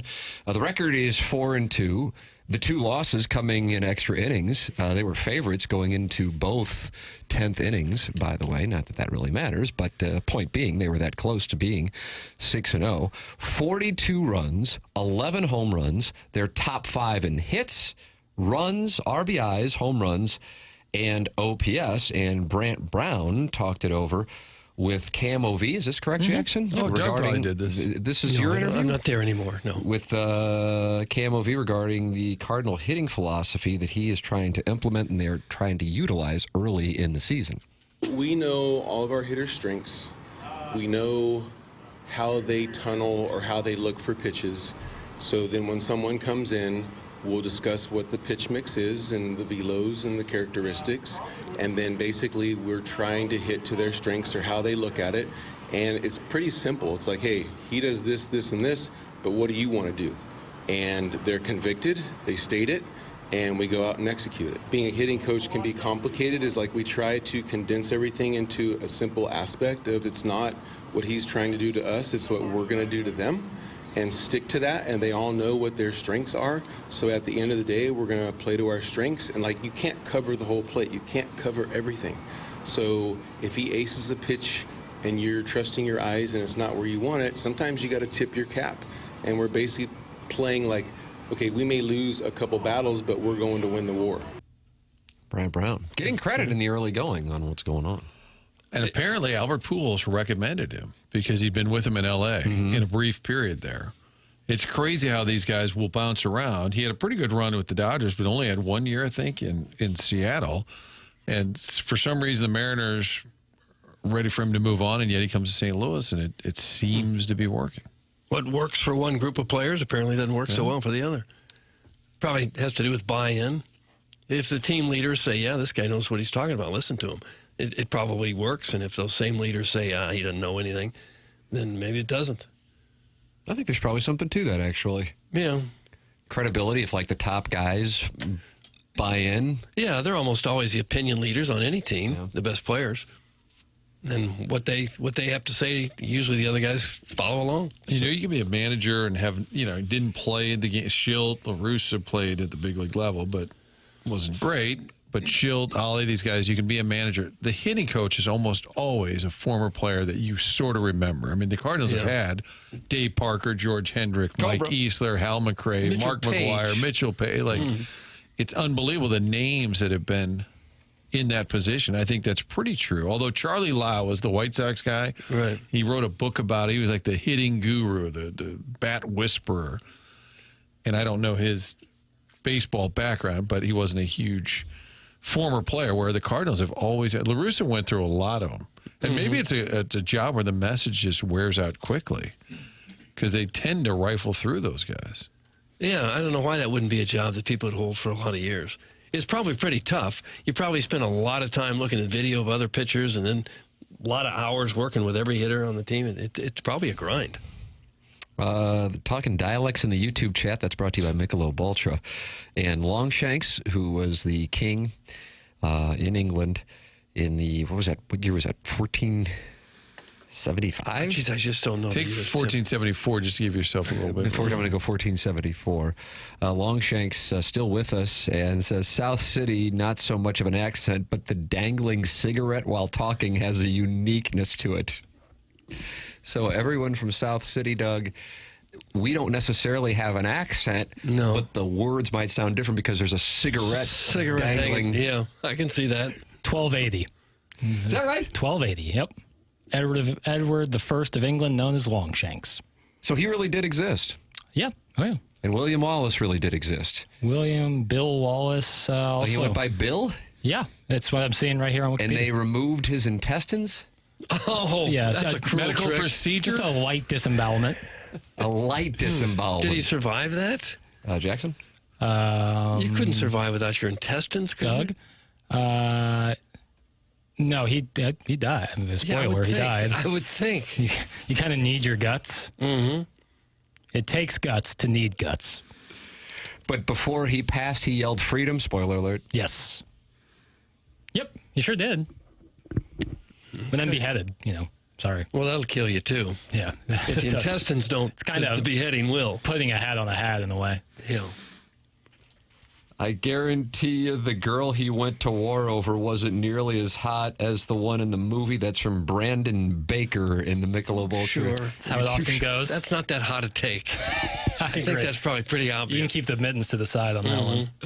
Iggy is still in the YouTube chat, Martin, and he's texting you with Leonard Nimoy's number, and he says he was hung and quartered.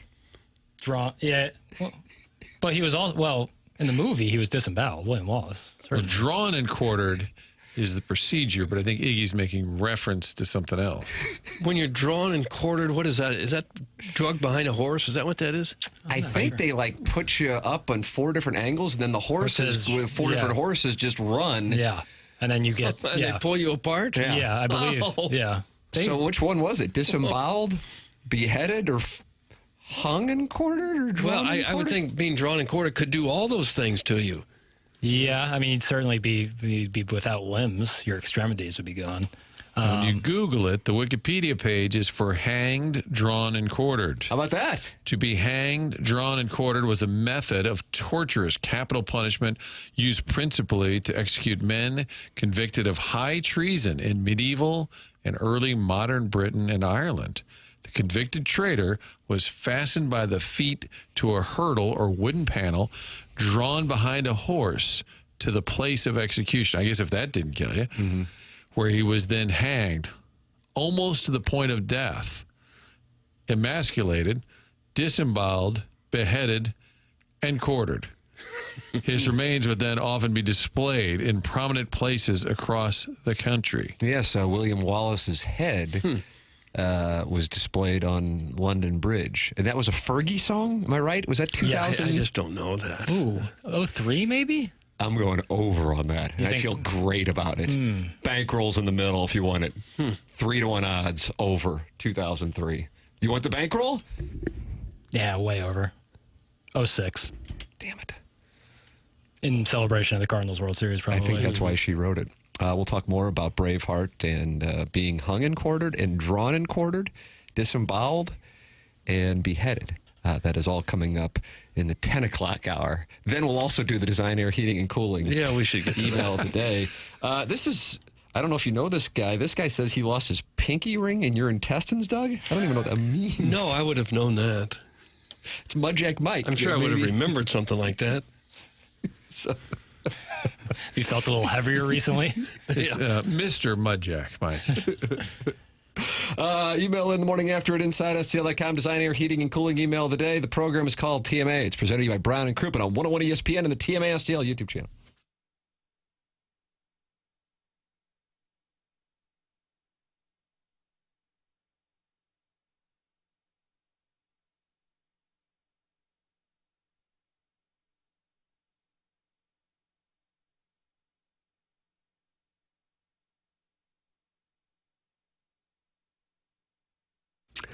TMA is brought to you by St. Louis-based Stifel, a leading wealth management and investment banking firm.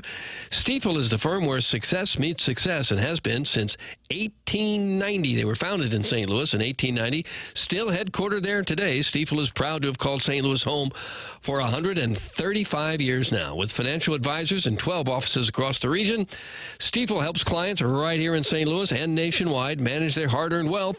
Stifel also provides banking, lending, and trust services and has a full-service investment bank. Basically, when it comes to finance, Stifel has you covered. It's one of the fastest-growing wealth management firms in the entire world. Their tagline is, where success meets success, so it's no wonder why they've decided to partner with a winning program like this one, Stifel and TMA. That's where success meets success. They also are proud to sponsor the St. Louis Cardinals and the Blues and now the Stifel Charity Classic. They also sponsor Stifel Theater. That's Stifel Nicholas and Company Incorporated, member SIPC and NYSE.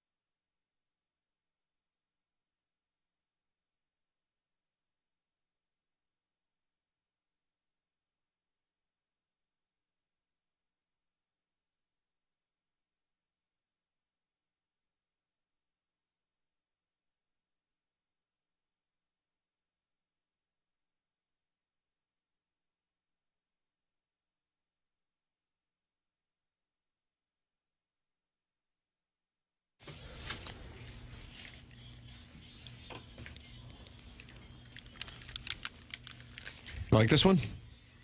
I'm not really a fan of this tune. Who is this? Fergie. Fergalicious. Oh, We were just talking about. Was she in Kids Incorporated? I just don't know. Certainly in Black Eyed Peas. Yeah, but Kids Incorporated. Kids Incorporated. Would that have been pre-Black Eyed Peas? Aye. Yeah, that makes sense. It's TMA. Mark Hanna's a sponsor of this 9 o'clock hour. He's online at evergreenstl.com, 314-889-0503. Mark Hanna with Evergreen Wealth Strategies. 9 o'clock hour sponsor, somebody I've gotten to know over the last 8 years, think the world of as an individual.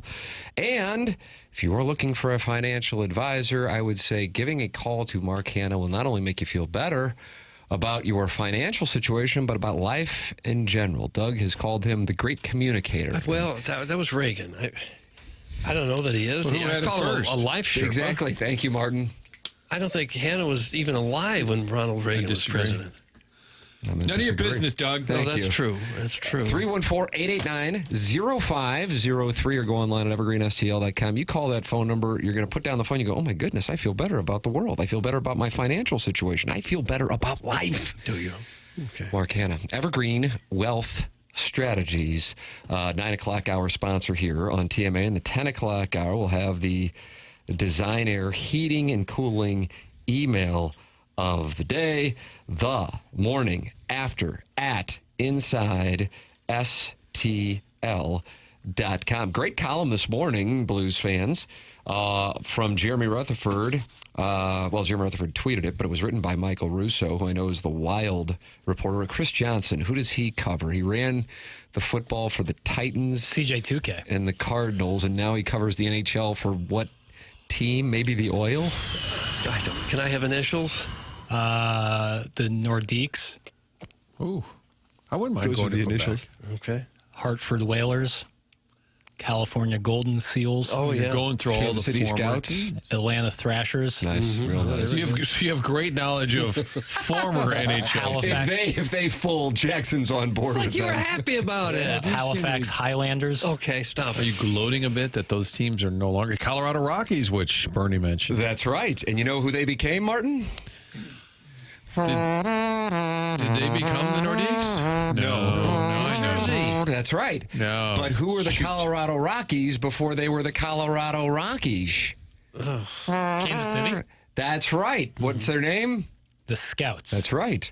And How I do knew you nothing know that? because my son Not is you, mini him. mites. No, well, that's why I talked about it. I knew I was essentially talking to a wall when I brought it up, but I said, "Do you ever know about the Kansas City Scouts?" So that's the team my son's playing for in mini mite hockey, and I kind of like the sweater. I think they only had like a year or two over at the Kemper Arena. And then they became the Colorado Rockies, and now they are the New Jersey Devils. Fun facts, no one tells. Doug, is the Kemper Arena still there? I think it's... Didn't they have trouble with the roof? Didn't the roof cave in at one point? Because you got that T-Mobile, which was the Sprint. Yep. But I think Kemper lived on, just kind of sitting there. I'm really kind of surprised that the Kansas City area doesn't like their football and baseball stadiums anymore, because I think they're both great. I agree with you on that take. Well, I think the fans are okay with it. I think the teams are the ones saying... We need I agree bigger, with that better. take as well. I'm in take agreement mode. Are you? The title of the column recommended reading: "The Summer of Offer Sheets. NHL execs and agents on why a boom could be coming this offseason." And it says the circumstances were perfect in August for the Blues to shock the hockey world and the Oilers. The Blues identified two young restricted free agents, Dylan Holloway and Philip Broberg, whom the Oilers were struggling to re-sign, and ones they felt would fit into their core. They called their agents, convinced them to sign offer sheets, and structure the contracts in a way that would make it difficult for the cap-strapped Oilers to match them, and they ensured to the penny that the offers would minimize the mandatory draft compensation they would have to pay. I don't recall this. Martin, I feel like you might be aware of this. I feel like nobody else in the studio would be. That's not a shot. I just feel like it's your television stuff that might make you aware of this. Broberg received a 2-year deal worth $4,580,917, meaning the Blues would need to give the Oilers a 2026 second-round pick if they didn't match. $1 more, so if it would have been $4,580,918,000, one more dollar, and it would have been a 2026 first-round pick and third-round pick. How about that? Wow. Were you aware of that little fun fact? I was not aware of that. Okay, all right. That's why this article is good. I thought the dollars that they signed him for weren't that significant. Like but yet it was. And then Holloway, too. Holloway got a 2-year deal worth $2,290,457. $1 more, and the compensation would have increased from a third-round pick to a second-round pick. They go on to write, in a league with a fraternity of GMs that has not historically considered offer sheets socially acceptable, the moves were bold, precise, and creative, as well as labor-intensive, considering that to make them work, Doug Armstrong had to reacquire the Blues' 2026 second-round pick, which he had previously traded away. The Oilers were in a no-win position, as GM Stan Bowman, who had been on the job for less than a month when this went down, said on Hockey Night in Canada's After Hours 2 Saturdays ago, explaining his decision not to match, quote, "We wouldn't have been able to field a team if we matched either one of those offer sheets." How about that? Especially as we sit here on April 3rd and Holloway and Broberg are playing a key role in the Blues going from a team that Doug Armstrong hoped would be in the mix for a playoff spot to a team that now, per what some call puck monkey, others call money puck, give the Blues a 94% chance of making the playoffs. Some around the NHL are predicting that more teams will now attempt the same maneuver this summer and beyond. Quote, Doug Armstrong comes in last year, does 2 on the same day, and says, F it, I'm trying to make my team better, and this is a tool available to me, agent Alan Walsh said. When he did it, if you're talking to GMs like I am, there's been a notable change in the way that offer sheets have been perceived. Fast forward to this offseason, this coming offseason will be known as the summer of offer sheets. It will be. So beware, the summer of offer sheets is approaching, Doug. The summer of offer sheets. And could the Blues lose some players that way? I think Hofer might be a restricted, but it does seem to be the Blues would be targeted. Like if anybody really wanted to do it, hey, go get one of their guys. But if Edmonton couldn't afford these guys anyway, what are they complaining about? If they didn't have room under their cap for these two, they were going to lose them. According to Puckpedia, 88 to 95 potential restricted free agents this season, off-season, are offer sheet eligible. And Alan Walsh, who was quoted on Armstrong and making that move, says the UFA market isn't that hot, but the restricted market is attractive. And again, 88 of 95 potential restricted free agents this offseason are offer sheet eligible, hence the reason for this being the summer of offer sheets. Okay. But that's what you want in an executive, thinking outside the box. How do we do this? Hey, somebody go get me a second-round pick, which at the time, I mean, you guys probably did an hour on that second-round pick. Balloon party was breaking news. Yeah. Getting acquired, but clearly all part of the maneuvering behind the scenes. Okay, what's the dollar amount? Okay, we have to come in at this number. What's their situation? And it's 100% legal. I love it. I mean, it's... And look what it's done for the team. As he said when he was asked about it, he goes, if my mom would have been the GM in Edmonton, I would have done it. Yeah, you take players from your mother, too. Put that on the Mount Rushmore of Army quotes. Absolutely. I think still number one is when they kept getting knocked out in the first round. Was it 12, 13, 14? They would always get knocked out. A lot of times they would lead 2-0 and they'd still lose. I think that happened 3 years in a row. And Army was asked about what was missing, and he said, I think that, that killer instinct where you take the knife and you shove it in their skull. And everybody was like, oh, my goodness. He was like describing a horror movie. You would think the teams that might be susceptible to losing players are teams that are very good, make a long run, maybe even win the cup, and now everybody's going to want to raise. Everyone's going to want to get paid more, at least the guys that are coming up. And so then they can't afford some of their younger guys. As for whether Armstrong's moves lifted any remaining taboo over offer sheets, GMs continue to debate whether one ever existed. Unquestionably, though, offer sheets were frowned upon for decades. For example, in response to seeing Dustin Penner sign a 5-year, $21.5 million offer sheet with Edmonton in July of 2007, then Anaheim Ducks GM Brian Burke famously challenged Oilers counterpart Kevin Lowe to a fight. Oh, fist fight. I think it was going to be at Rams Park. Burke then went on to call a mutual friend to inform him that he would be renting a barn in Lake Placid during that summer's U.S. Junior Development Camp and giving Lowe the choice of 3 dates and times that they could throw down. Oh, gosh. Can we have this guy on the show? That's the greatest thing I've ever heard. And these guys are, what, 50 or 60 something? And they're being offered just enough money so that they won't fit under the other team's salary cap. Is that that's the philosophy there?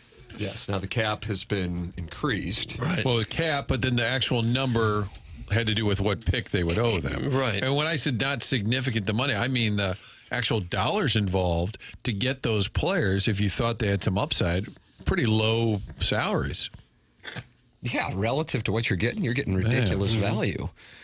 Doug, it's like my pick of Chan Kim this week in the Valero Texas Open. He's 6,600 on DraftKings, but he's leading the tournament. Chan Kim is Dylan Holloway. Chan Kim is Philip Broberg. I don't know. Chan Kim will win a championship just like Philip Broberg and Dylan Holloway and have a parade down market on June 14th. Take your shirt off. Right, there he is. Could be. A fly on the wall of the secretary of this person who says, I'm going to need you to rent out a barn, give it about a week's rental. I'm going to fight this other GM. That's the greatest thing It's I've ever one thing heard. to throw it out there like, I'll kick your ass. It's another thing to say, I've got a venue. I've got some open dates. If we can, Renting a barn. We're going to set this up. It's not just, we ought to duke it out. Do you think Mazzelak can win fans in St. Louis over if he challenges a GM to a brawl? Yes. I think so. Mm-hmm. That'd be if they see or would he send Gersh out for a special project? I think it'd be a game changer if the president of baseball operations were to start beating up other presidents of baseball operations. Well, it feels like a twist on the Release the Hoosier. Get involved on the program, 314-399-9646. That's how you can text in. You got the YouTube chat, which is brought to you by Michelob Ultra. 278 friends still gathered. Jake Reynolds, who I believe is TMA Walrus #1 and called in this week or last week, Nurse, says Kemper is still there. Another name now named after Ellie Kemper's family. Doug, you know her from The Office. Sure. I never put those two together. I didn't know that. It was interesting. I saw Commerce Bank family. Yeah. She was the Veiled Prophet, an active texter here on the show. She won the Veiled Prophet. What is the title, Doug? 'Cause I know you go to those. You wear the tails. I've never been there. Even if I win, it's secretive. And then you distance yourself years later from having won. And she had to issue an apology for winning. I think it's called the Princess of Sweetness and Light. Well, we do that at the St. Gabriel School picnic. Nice too. title. Jackson's nickname. It's true. Is that what you go by in Ladue? Yeah, well, to those who know. I saw an article about her. She's like selling her place in New York or something. Looked gorgeous. Looked like a beautiful home. Are you looking at real estate in Manhattan now? No, it's just it came across my desk and across my desk. And I love interior design, so I was looking and it looked like a gorgeous home, Art Deco, pretty modern. Do you consider yourself an interior decorator? No, real neophyte in that game, but I like it. I find it interesting. Architectural Digest to flip through. Sure. Who does? I like structures, buildings, layouts. I find it interesting. You called for me, Tim? Doug, that comes from the Veiled Prophet. He's always there. Always here, is he? Yeah, he used to be on that parade in downtown St. Louis. It was a big thing. Mm-hmm.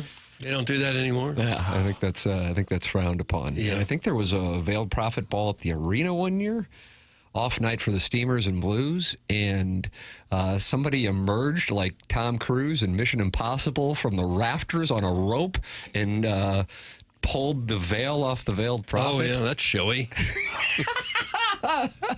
I thought Ted Nugent swung down from a rope at the top of the Checkerdome when he was doing his Wango Tango tour. Is that right? I think he may have dressed like Tarzan. Janet, friend of the program, says it's the Queen of Love and Beauty, not the Princess. Princess of Light and Glamour. That's Mario in Chicago's nemesis. Call her Janet. And mine, apparently. And I guess, I know you're sideways with me. I just accused her of lunacy, that's all. Email in the morning after at InsideSTL.com. Design, Air, Heating, and Cooling email today. Martin has onboarding to tend to, I believe, if I'm not mistaken. I do, but I want to let you know that Buzz has been texting in repeatedly that he keeps calling and no one's answering. Just so you guys are aware. Chairman Kurt, your response to caller Buzz. I love you, Buzz, but I got my eyes on this phone, and I'm staring at somebody that's been on hold for 47 minutes, and it ain't you. Well, Buzz accused the phone lines of being clogged up with the festises of the world. That's what festises of the world. Something along those lines. But I'll tell you what, Design Air, there's going to be no waiting. You're not going to have to deal with it. What's up? Yeah. I mean, you just call, go online, get it set up if your furnace is not acting right. It's just too cold in your home. And right now, you might have the heat on. And next week, next month, going to have the air conditioning on. Get that tune-up now. Make sure the unit is ready for the summer. You know it'll be hot all summer long. Go to designairservice.com. That's where you can set up the appointment. They've been around since 1904, and they continue to be a family-owned business right here in St. Louis. They didn't sell to some out-of-town company who just retained the name. This is their business, their family business. Seth Goldcamp, now fourth generation, also longest-running sponsor on TMA. So for all your HVAC needs, we encourage you to support the sponsor, and that is Design Air, who brings you the email of the day. The stay-at-home Ledoux lady. Yeah, self-made. She's self-made. The self-made lady, whatever was saying earlier. Why do you keep calling it a Buck Swope vehicle? It should actually be the JV golf coach vehicle. Wow. So a lot of Design Air discussion, especially here in the 10 o'clock hour. DesignAirService.com to set up your appointment. There it is. It's coming your way at about 10:45, 10:50. The program's called The Morning After. It is presented to you by Brown and Crouppen on 101 ESPN and the TMASTL YouTube channel.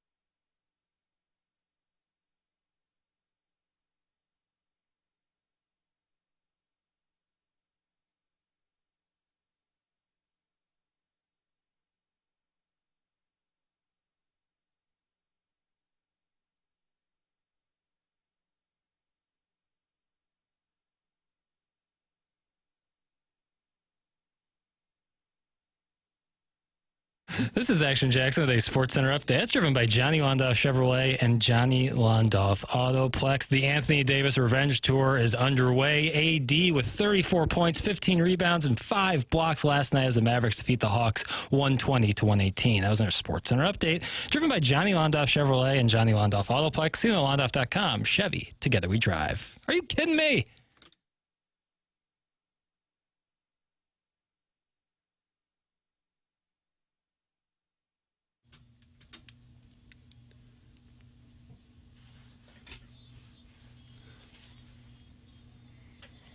Doug, you like this one?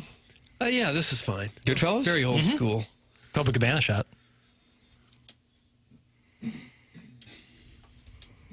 Boom. CMA 101 ESPN. Welcome back to the program. Tim McKernan and Doug Vaughn. Chairman Kurt slides into the dais on the 10 o'clock hour. Jackson Burkett with you on the program. We'll have the Design Air Heating and Cooling email of the day at about 10:45, at about 10:50. And that is when you can participate by emailing in the morning after at InsideSTL.com. James Carlton is a longtime sponsor, and he's been my insurance agent for a long time as well. 314-961-4800, or go online at carltoninsurance.net, or check him out on Google, and you will see 415 5-star reviews for James and his team for their customer service and their ability to save people money. That's what they do. That's why I am so happy about being a James Carlton client. 314-961-4800, or go online at carltoninsurance.net. If your insurance costs a leg and an arm, call James Carlton, State Farm, and they're not happy with the Goodfellas reference. Adventures in Babysitting, you asshat. Oh, gosh. 618. So they're saying that this song's also in that movie? Well, I'm talking about like the most famous shot in movie history versus Adventures in Babysitting. Is it the most famous shot in the movie Copacabana? history? Like, I think if people are like, what's a scene that you could just come up with at the top of your head? The Copacabana scene in Goodfellas is probably way up there. Long tracking shot like that. Like a long It's been tracking copied shot. like 100 times since. You know. Who else has copied it now, boy? Paul Thomas Anderson, Boogie Nights, the pool scene where Spill the Wine plays. We've talked about that, I think, earlier this week. Yeah. The Colonel shows up a little later. Thank you, Eddie. A long tracking shot. You mean without an edit? So that, yeah, oneer. Yeah.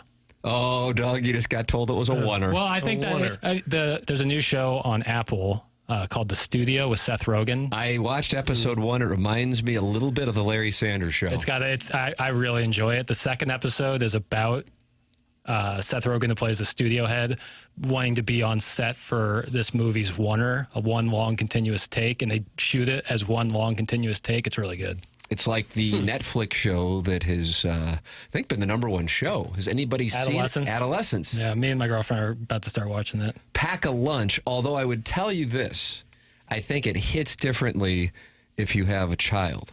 I think I that have would heard be. that. Is that right? People have said that. I've heard that. And what is amazing about this show is that they're hour-long episodes without edits. So it is literally one take for approximately 60 minutes. Have they said that are they doing like fancy ways to cut around? No. Okay, so it is just it's almost like a play. Wow. But then the camera is moving through. It's not in one set. It's moving through buildings. Yeah, it's incredibly outdoor difficult to do scenes so. as well. Yeah. It's incredible. Oh, but let me tell you something, and I want you to listen good, and Doug, I need you to listen good, and I already know Chairman is listening good, and that is the following: pack a lunch. Yeah. Pack a lunch. A lunch. I've heard pack a lunch, brother. Well, for Adolescence on Netflix. Pack. Okay. I'll get some tuna fish and I'll pack a lunch. Yeah. Lunch. Well, there was that World War I movie. I think it was 1970. called When They Were Young.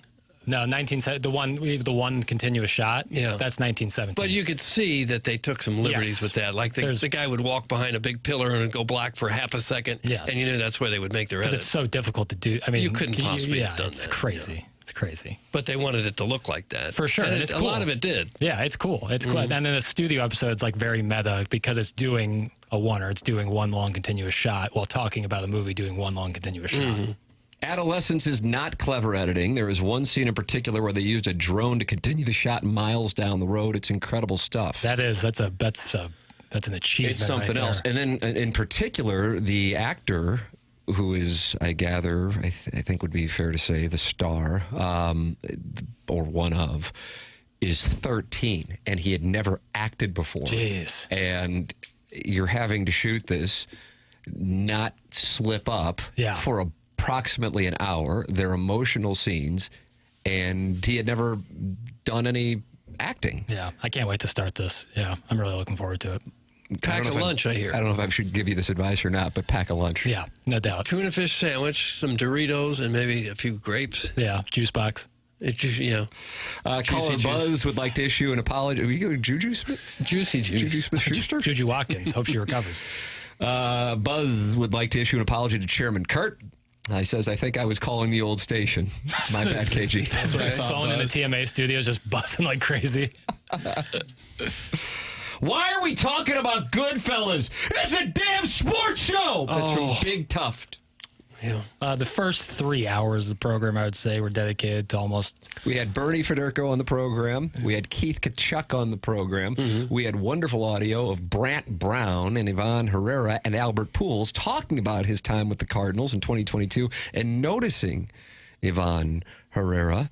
And, Doug, we also broke down our fantasy draft thoroughly, I thought. We only got through 1 through 8 rounds, and we'll do 8 through 16 coming up in the back end of this 10 o'clock hour. Eric in the Central West End says, I heard Adolescence is woke garbage. Oh, is it really? Play the hits. Okay.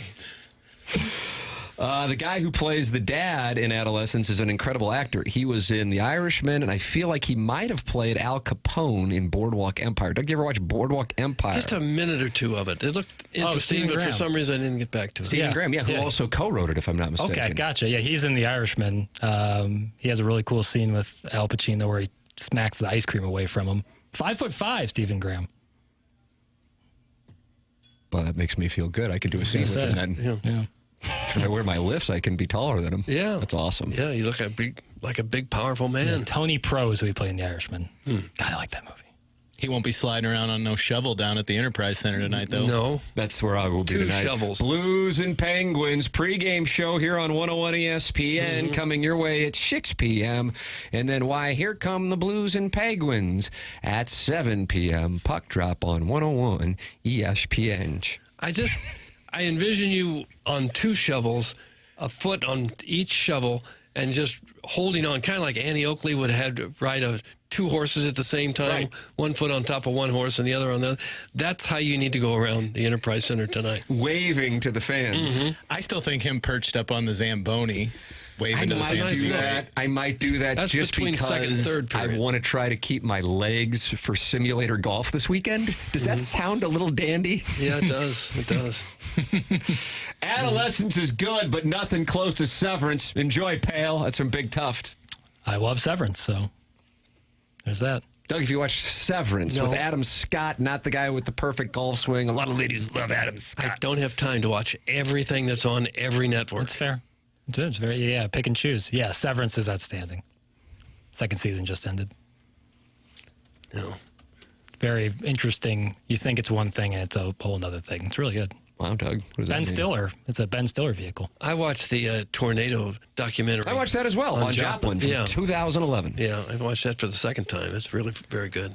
That's something that that's could also happen. recommended. And that's really that was happened to you, too. That was on Netflix, if I'm not mistaken, right? Yeah. I watched that, I guess 2 weeks ago. We got back from Wichita, and the scene of a few of the shots of the size of that tornado. Holy crap. And people were actually up in the thing. And they lived to tell about it. You'll hear that in that show. A lot of them they never found. If you get sucked up too high, you're just like in a blender. You're getting mixed up with houses and barns and cars, and they never find people at all. Jackson, White Lotus sucks. That's from the 816. The finale's going to have to do a lot of work to revive. Oh, you're in agreement with the 816? No, White Lotus is amazing. So you're disagreeing with the 816? Well, this season, the finale has to, but it's a 90-minute finale, so I think they'll land the plane on it, but I love White Lotus. They can make 100 seasons of it. I watch it. Oh, really? Yeah. You watch that, Doug? At the same hotel? This time they're in Thailand? Same, it's like 4 seasons would be like the So there's a bunch of different ones all across the world. Very nice. Because when I was in Italy, I saw the hotel they made when they were there. They were in Italy. That was the Sydney Sweeney show. Yeah, and they wouldn't let you just in to walk around and take a little look-see. Italy was Aubrey Plaza.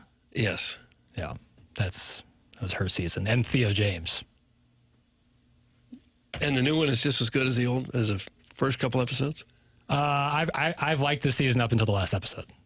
Oh, no. Yeah, I really liked it. Episode 7, Doug. It'll be talked about like the one in Breaking Bad, that the Fly episode. Yeah. Complete Didn't throwaway. fit. Yeah. Bottle episode, yeah. That was so bizarre. Never seen an episode. Of Breaking Bad? Yeah. It's pretty outstanding stuff. Oh, you'll enjoy And you it. guys always bring up The Sopranos. I've never seen a second of The Chairman Sopranos. Kurt. The Wire?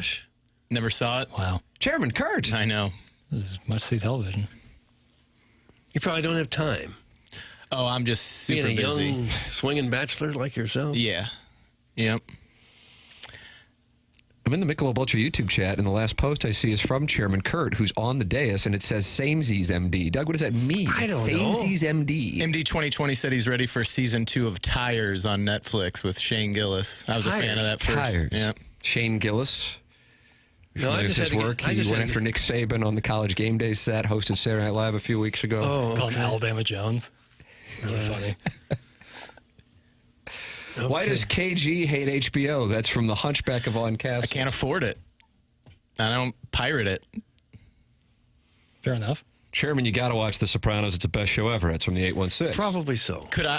How many seasons? I'm crowdsourcing. 7 technically. 7. But like 20 episodes apiece. Would that be something like Could that? I knock that out in a weekend? No. God, no. What if I just actually went pure don't think sloth mode? mathematically No. you could. They're hour-long episodes, Right. and there's I don't think you could. There's more than 48. Yeah, there's like almost 100 episodes probably. Yeah, probably closer to 80. But yeah, I don't think you could do that. But you could in a month, yeah, if you got to work. Got to work. You can knock it out. Is this a TV review radio station now? Pretty From the much. 636, Yep. and then 2 texts earlier, he said, don't let Chris Farley overshadow David Spade. Okay. I'm not going to let that happen. Email in the morning after at InsideSTL.com. Design, Air, Heating, and Cooling email today about 15, 20 minutes away. The program is called TMA. It's presented by Brown and Crouppen. This is 101 ESPN and the TMA STL YouTube channel, youtube.com/TMASTL. 269 friends gathered, including Andrew Cunningham, who's talking Duck Dynasty, Dr. Xander Malenthrop, wedding tackle, doggy season ticket holder, and Chairman Kurt, all in the Michelob Ultra YouTube chat. It's youtube.com/TMASTL. This is the morning after 101 ESPN.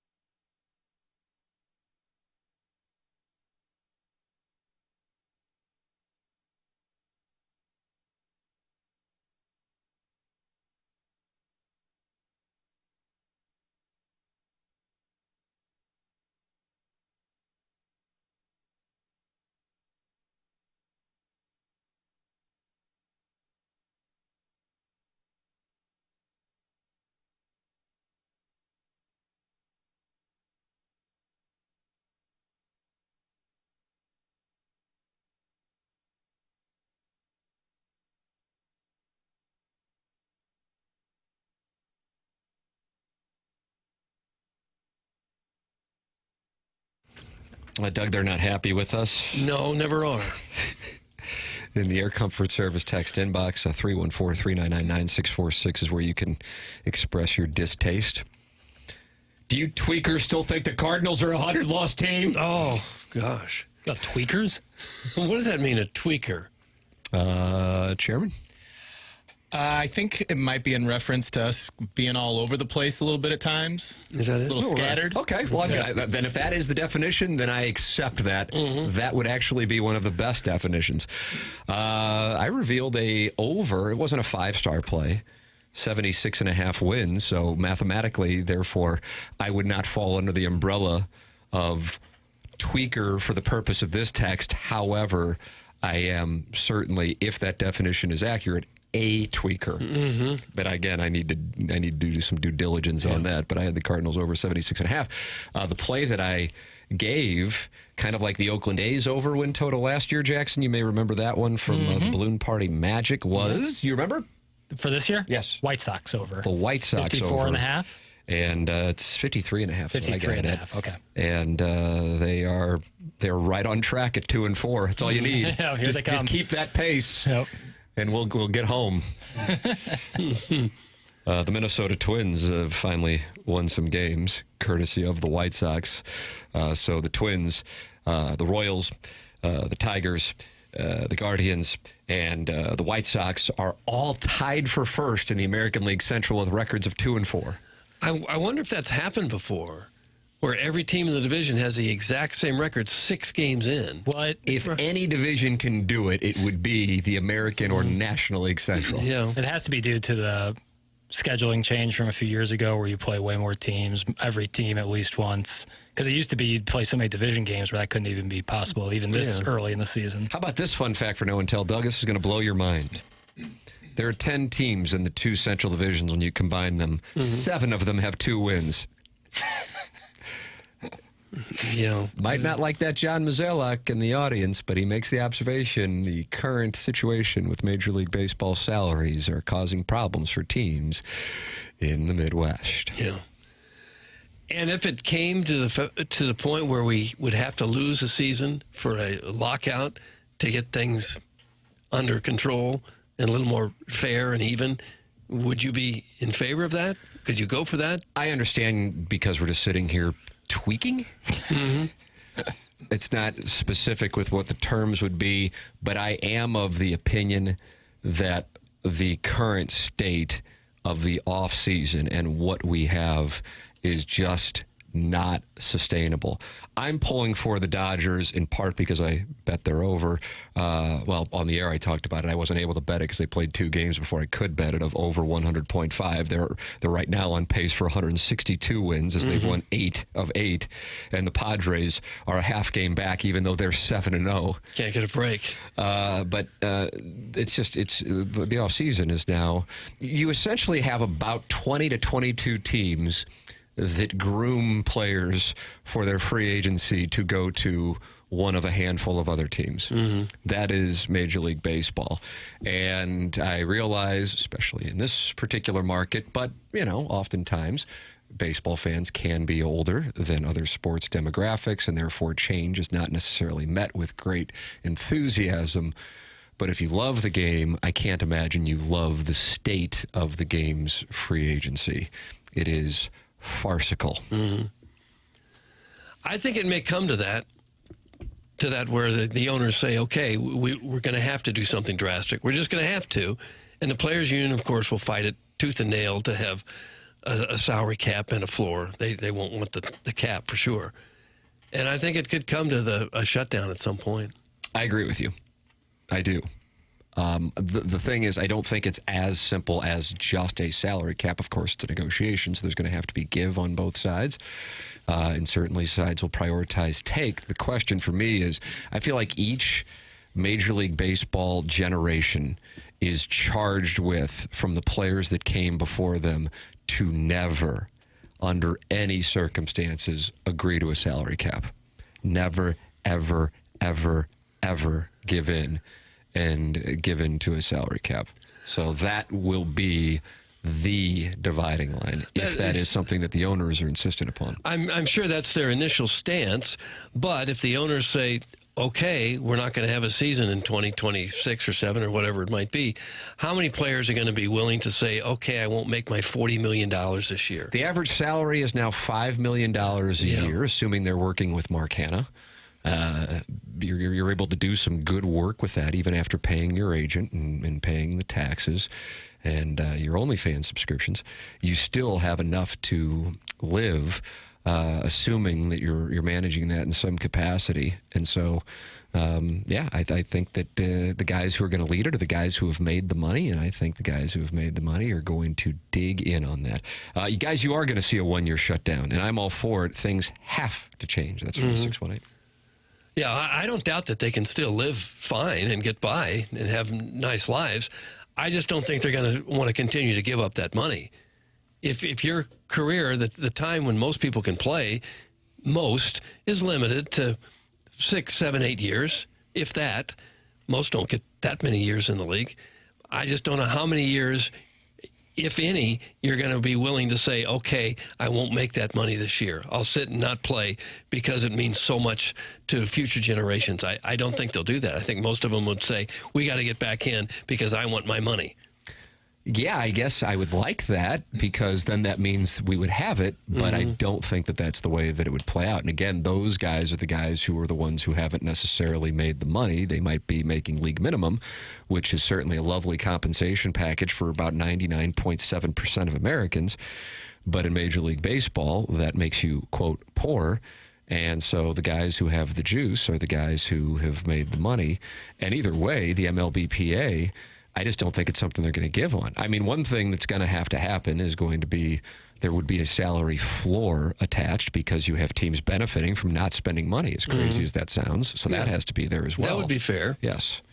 But even if you're Nolan Arenado, are you going to be okay with, okay, I won't make that last $80 million, I won't make that last $30 million or whatever that he's going to make a year? I don't think a lot of them are going to want to do that.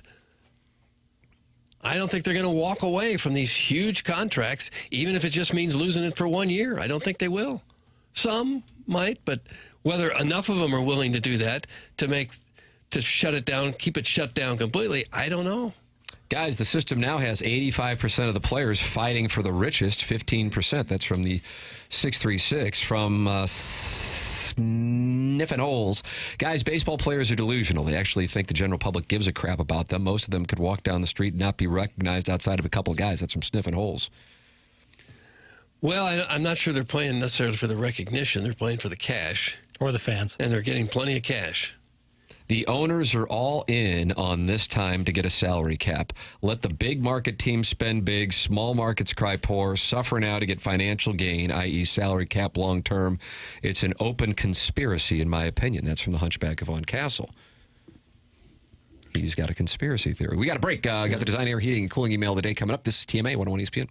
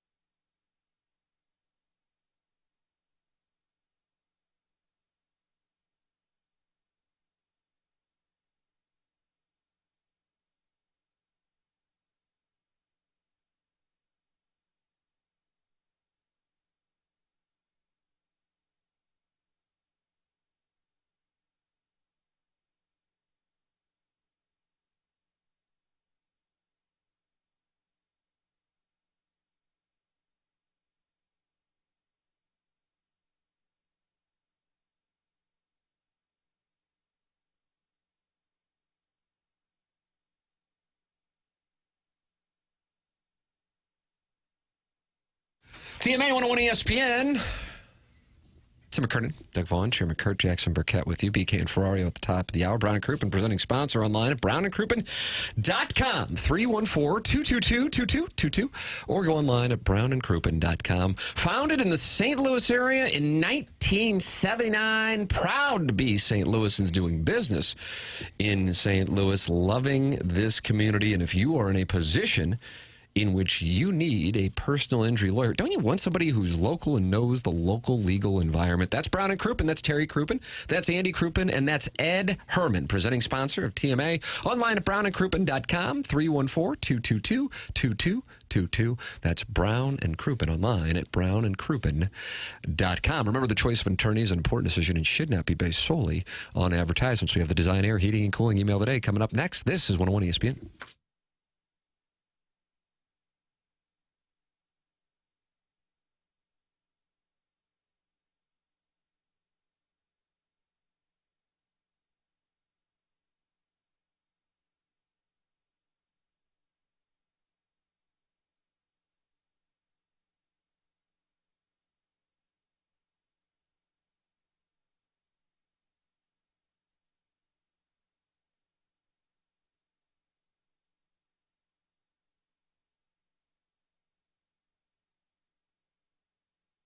Caw-caw. Hear that, Battlehawks fans? That's the sound of Battlehawks football, and it's coming back to the Dome for the 2025 season. And Lee's Famous Recipe Chicken wants you to be a part of it. That's why the new Battlehawks box will get you 4 of Lee's famous hand-breaded chicken strips and an order of potato wedges, 2 dipping sauces. I'm a big fan of the Chipotle Ranch. It goes really good with the delicious chicken strips there and the potato wedges. And on top of all that, you get a code valid for up to 30% off Battlehawks tickets. So that's the ticket starting at just $14 for Battlehawks games, and you get a delicious Battlehawks box from Lee's Chicken. So get game day ready with Battlehawks box for just $8.99 at any St. Louis area Lee's Famous Recipe Chicken location.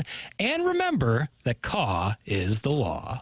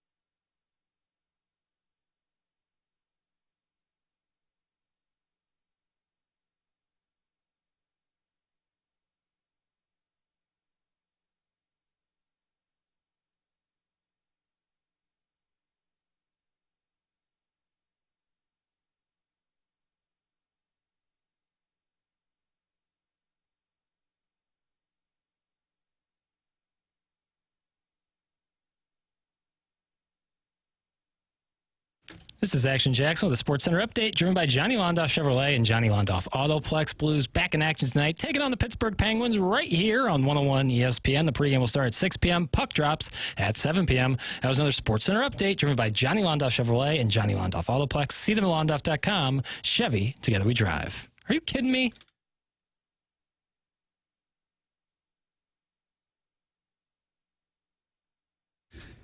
Doug, this text says there's no way that Doug and Robert Redford aren't related. Does Doug even care? That's from the 314. I don't believe I am related to Robert Redford. I've not heard that before. I can see where the looks are very similar. Yeah. I thought you were in Indecent Proposal. Yeah. Maybe I was, maybe I wasn't. Oh, the Sundance Kid himself. Mm-hmm. You are natural. Well, I'll check again. Maybe I'll go through 23. No, they went bankrupt, right? They did. They shut her down. One of the other ones I'll go through to see if we're not related. If you and Robert Redford are related. I don't know if anybody else in the audience is dealing with this. Jackson uses Outlook as well. And I'm talking about the online version of, not the one that most people probably do use. And I can't, this happens every day at this point, probably 3 or 4 times where I can't get into my email. Somehow it hasn't happened with the Morning After account. Today it is. And I can't get in, so Jackson Bennett Burkett is going to read the Design Air Heating and Cooling email of the day. All right, let's get into it. Okay, let's begin. I've smelled that before. Yes, that's it. The lingering scent of a Jeffco Salisbury steak wafting from the right Peloton seat as I scraped my nostrils through 2 inches of boy droppings. Another great morning sitting behind Doug at Orange Theory, but I just can't build up the courage to say, "Good day, mate. Did you notice me? Did you feel what I felt?" Any hoodles, I'm so excited to go to the Blues game tonight to watch Tim. If you want a couple of passes to the Bull and the Bear Club, just page me and I'll have your entry granted. I have a strong feeling Swope's email is going to consist of a phrase of this sort: a dude pretending to be a entrepreneur in Ladue. I'm a lady, Swope. There's a lot of silicone pumping through this body, but I'm a 47-year-old, beautiful, soon-to-be divorced for the 5th time mother.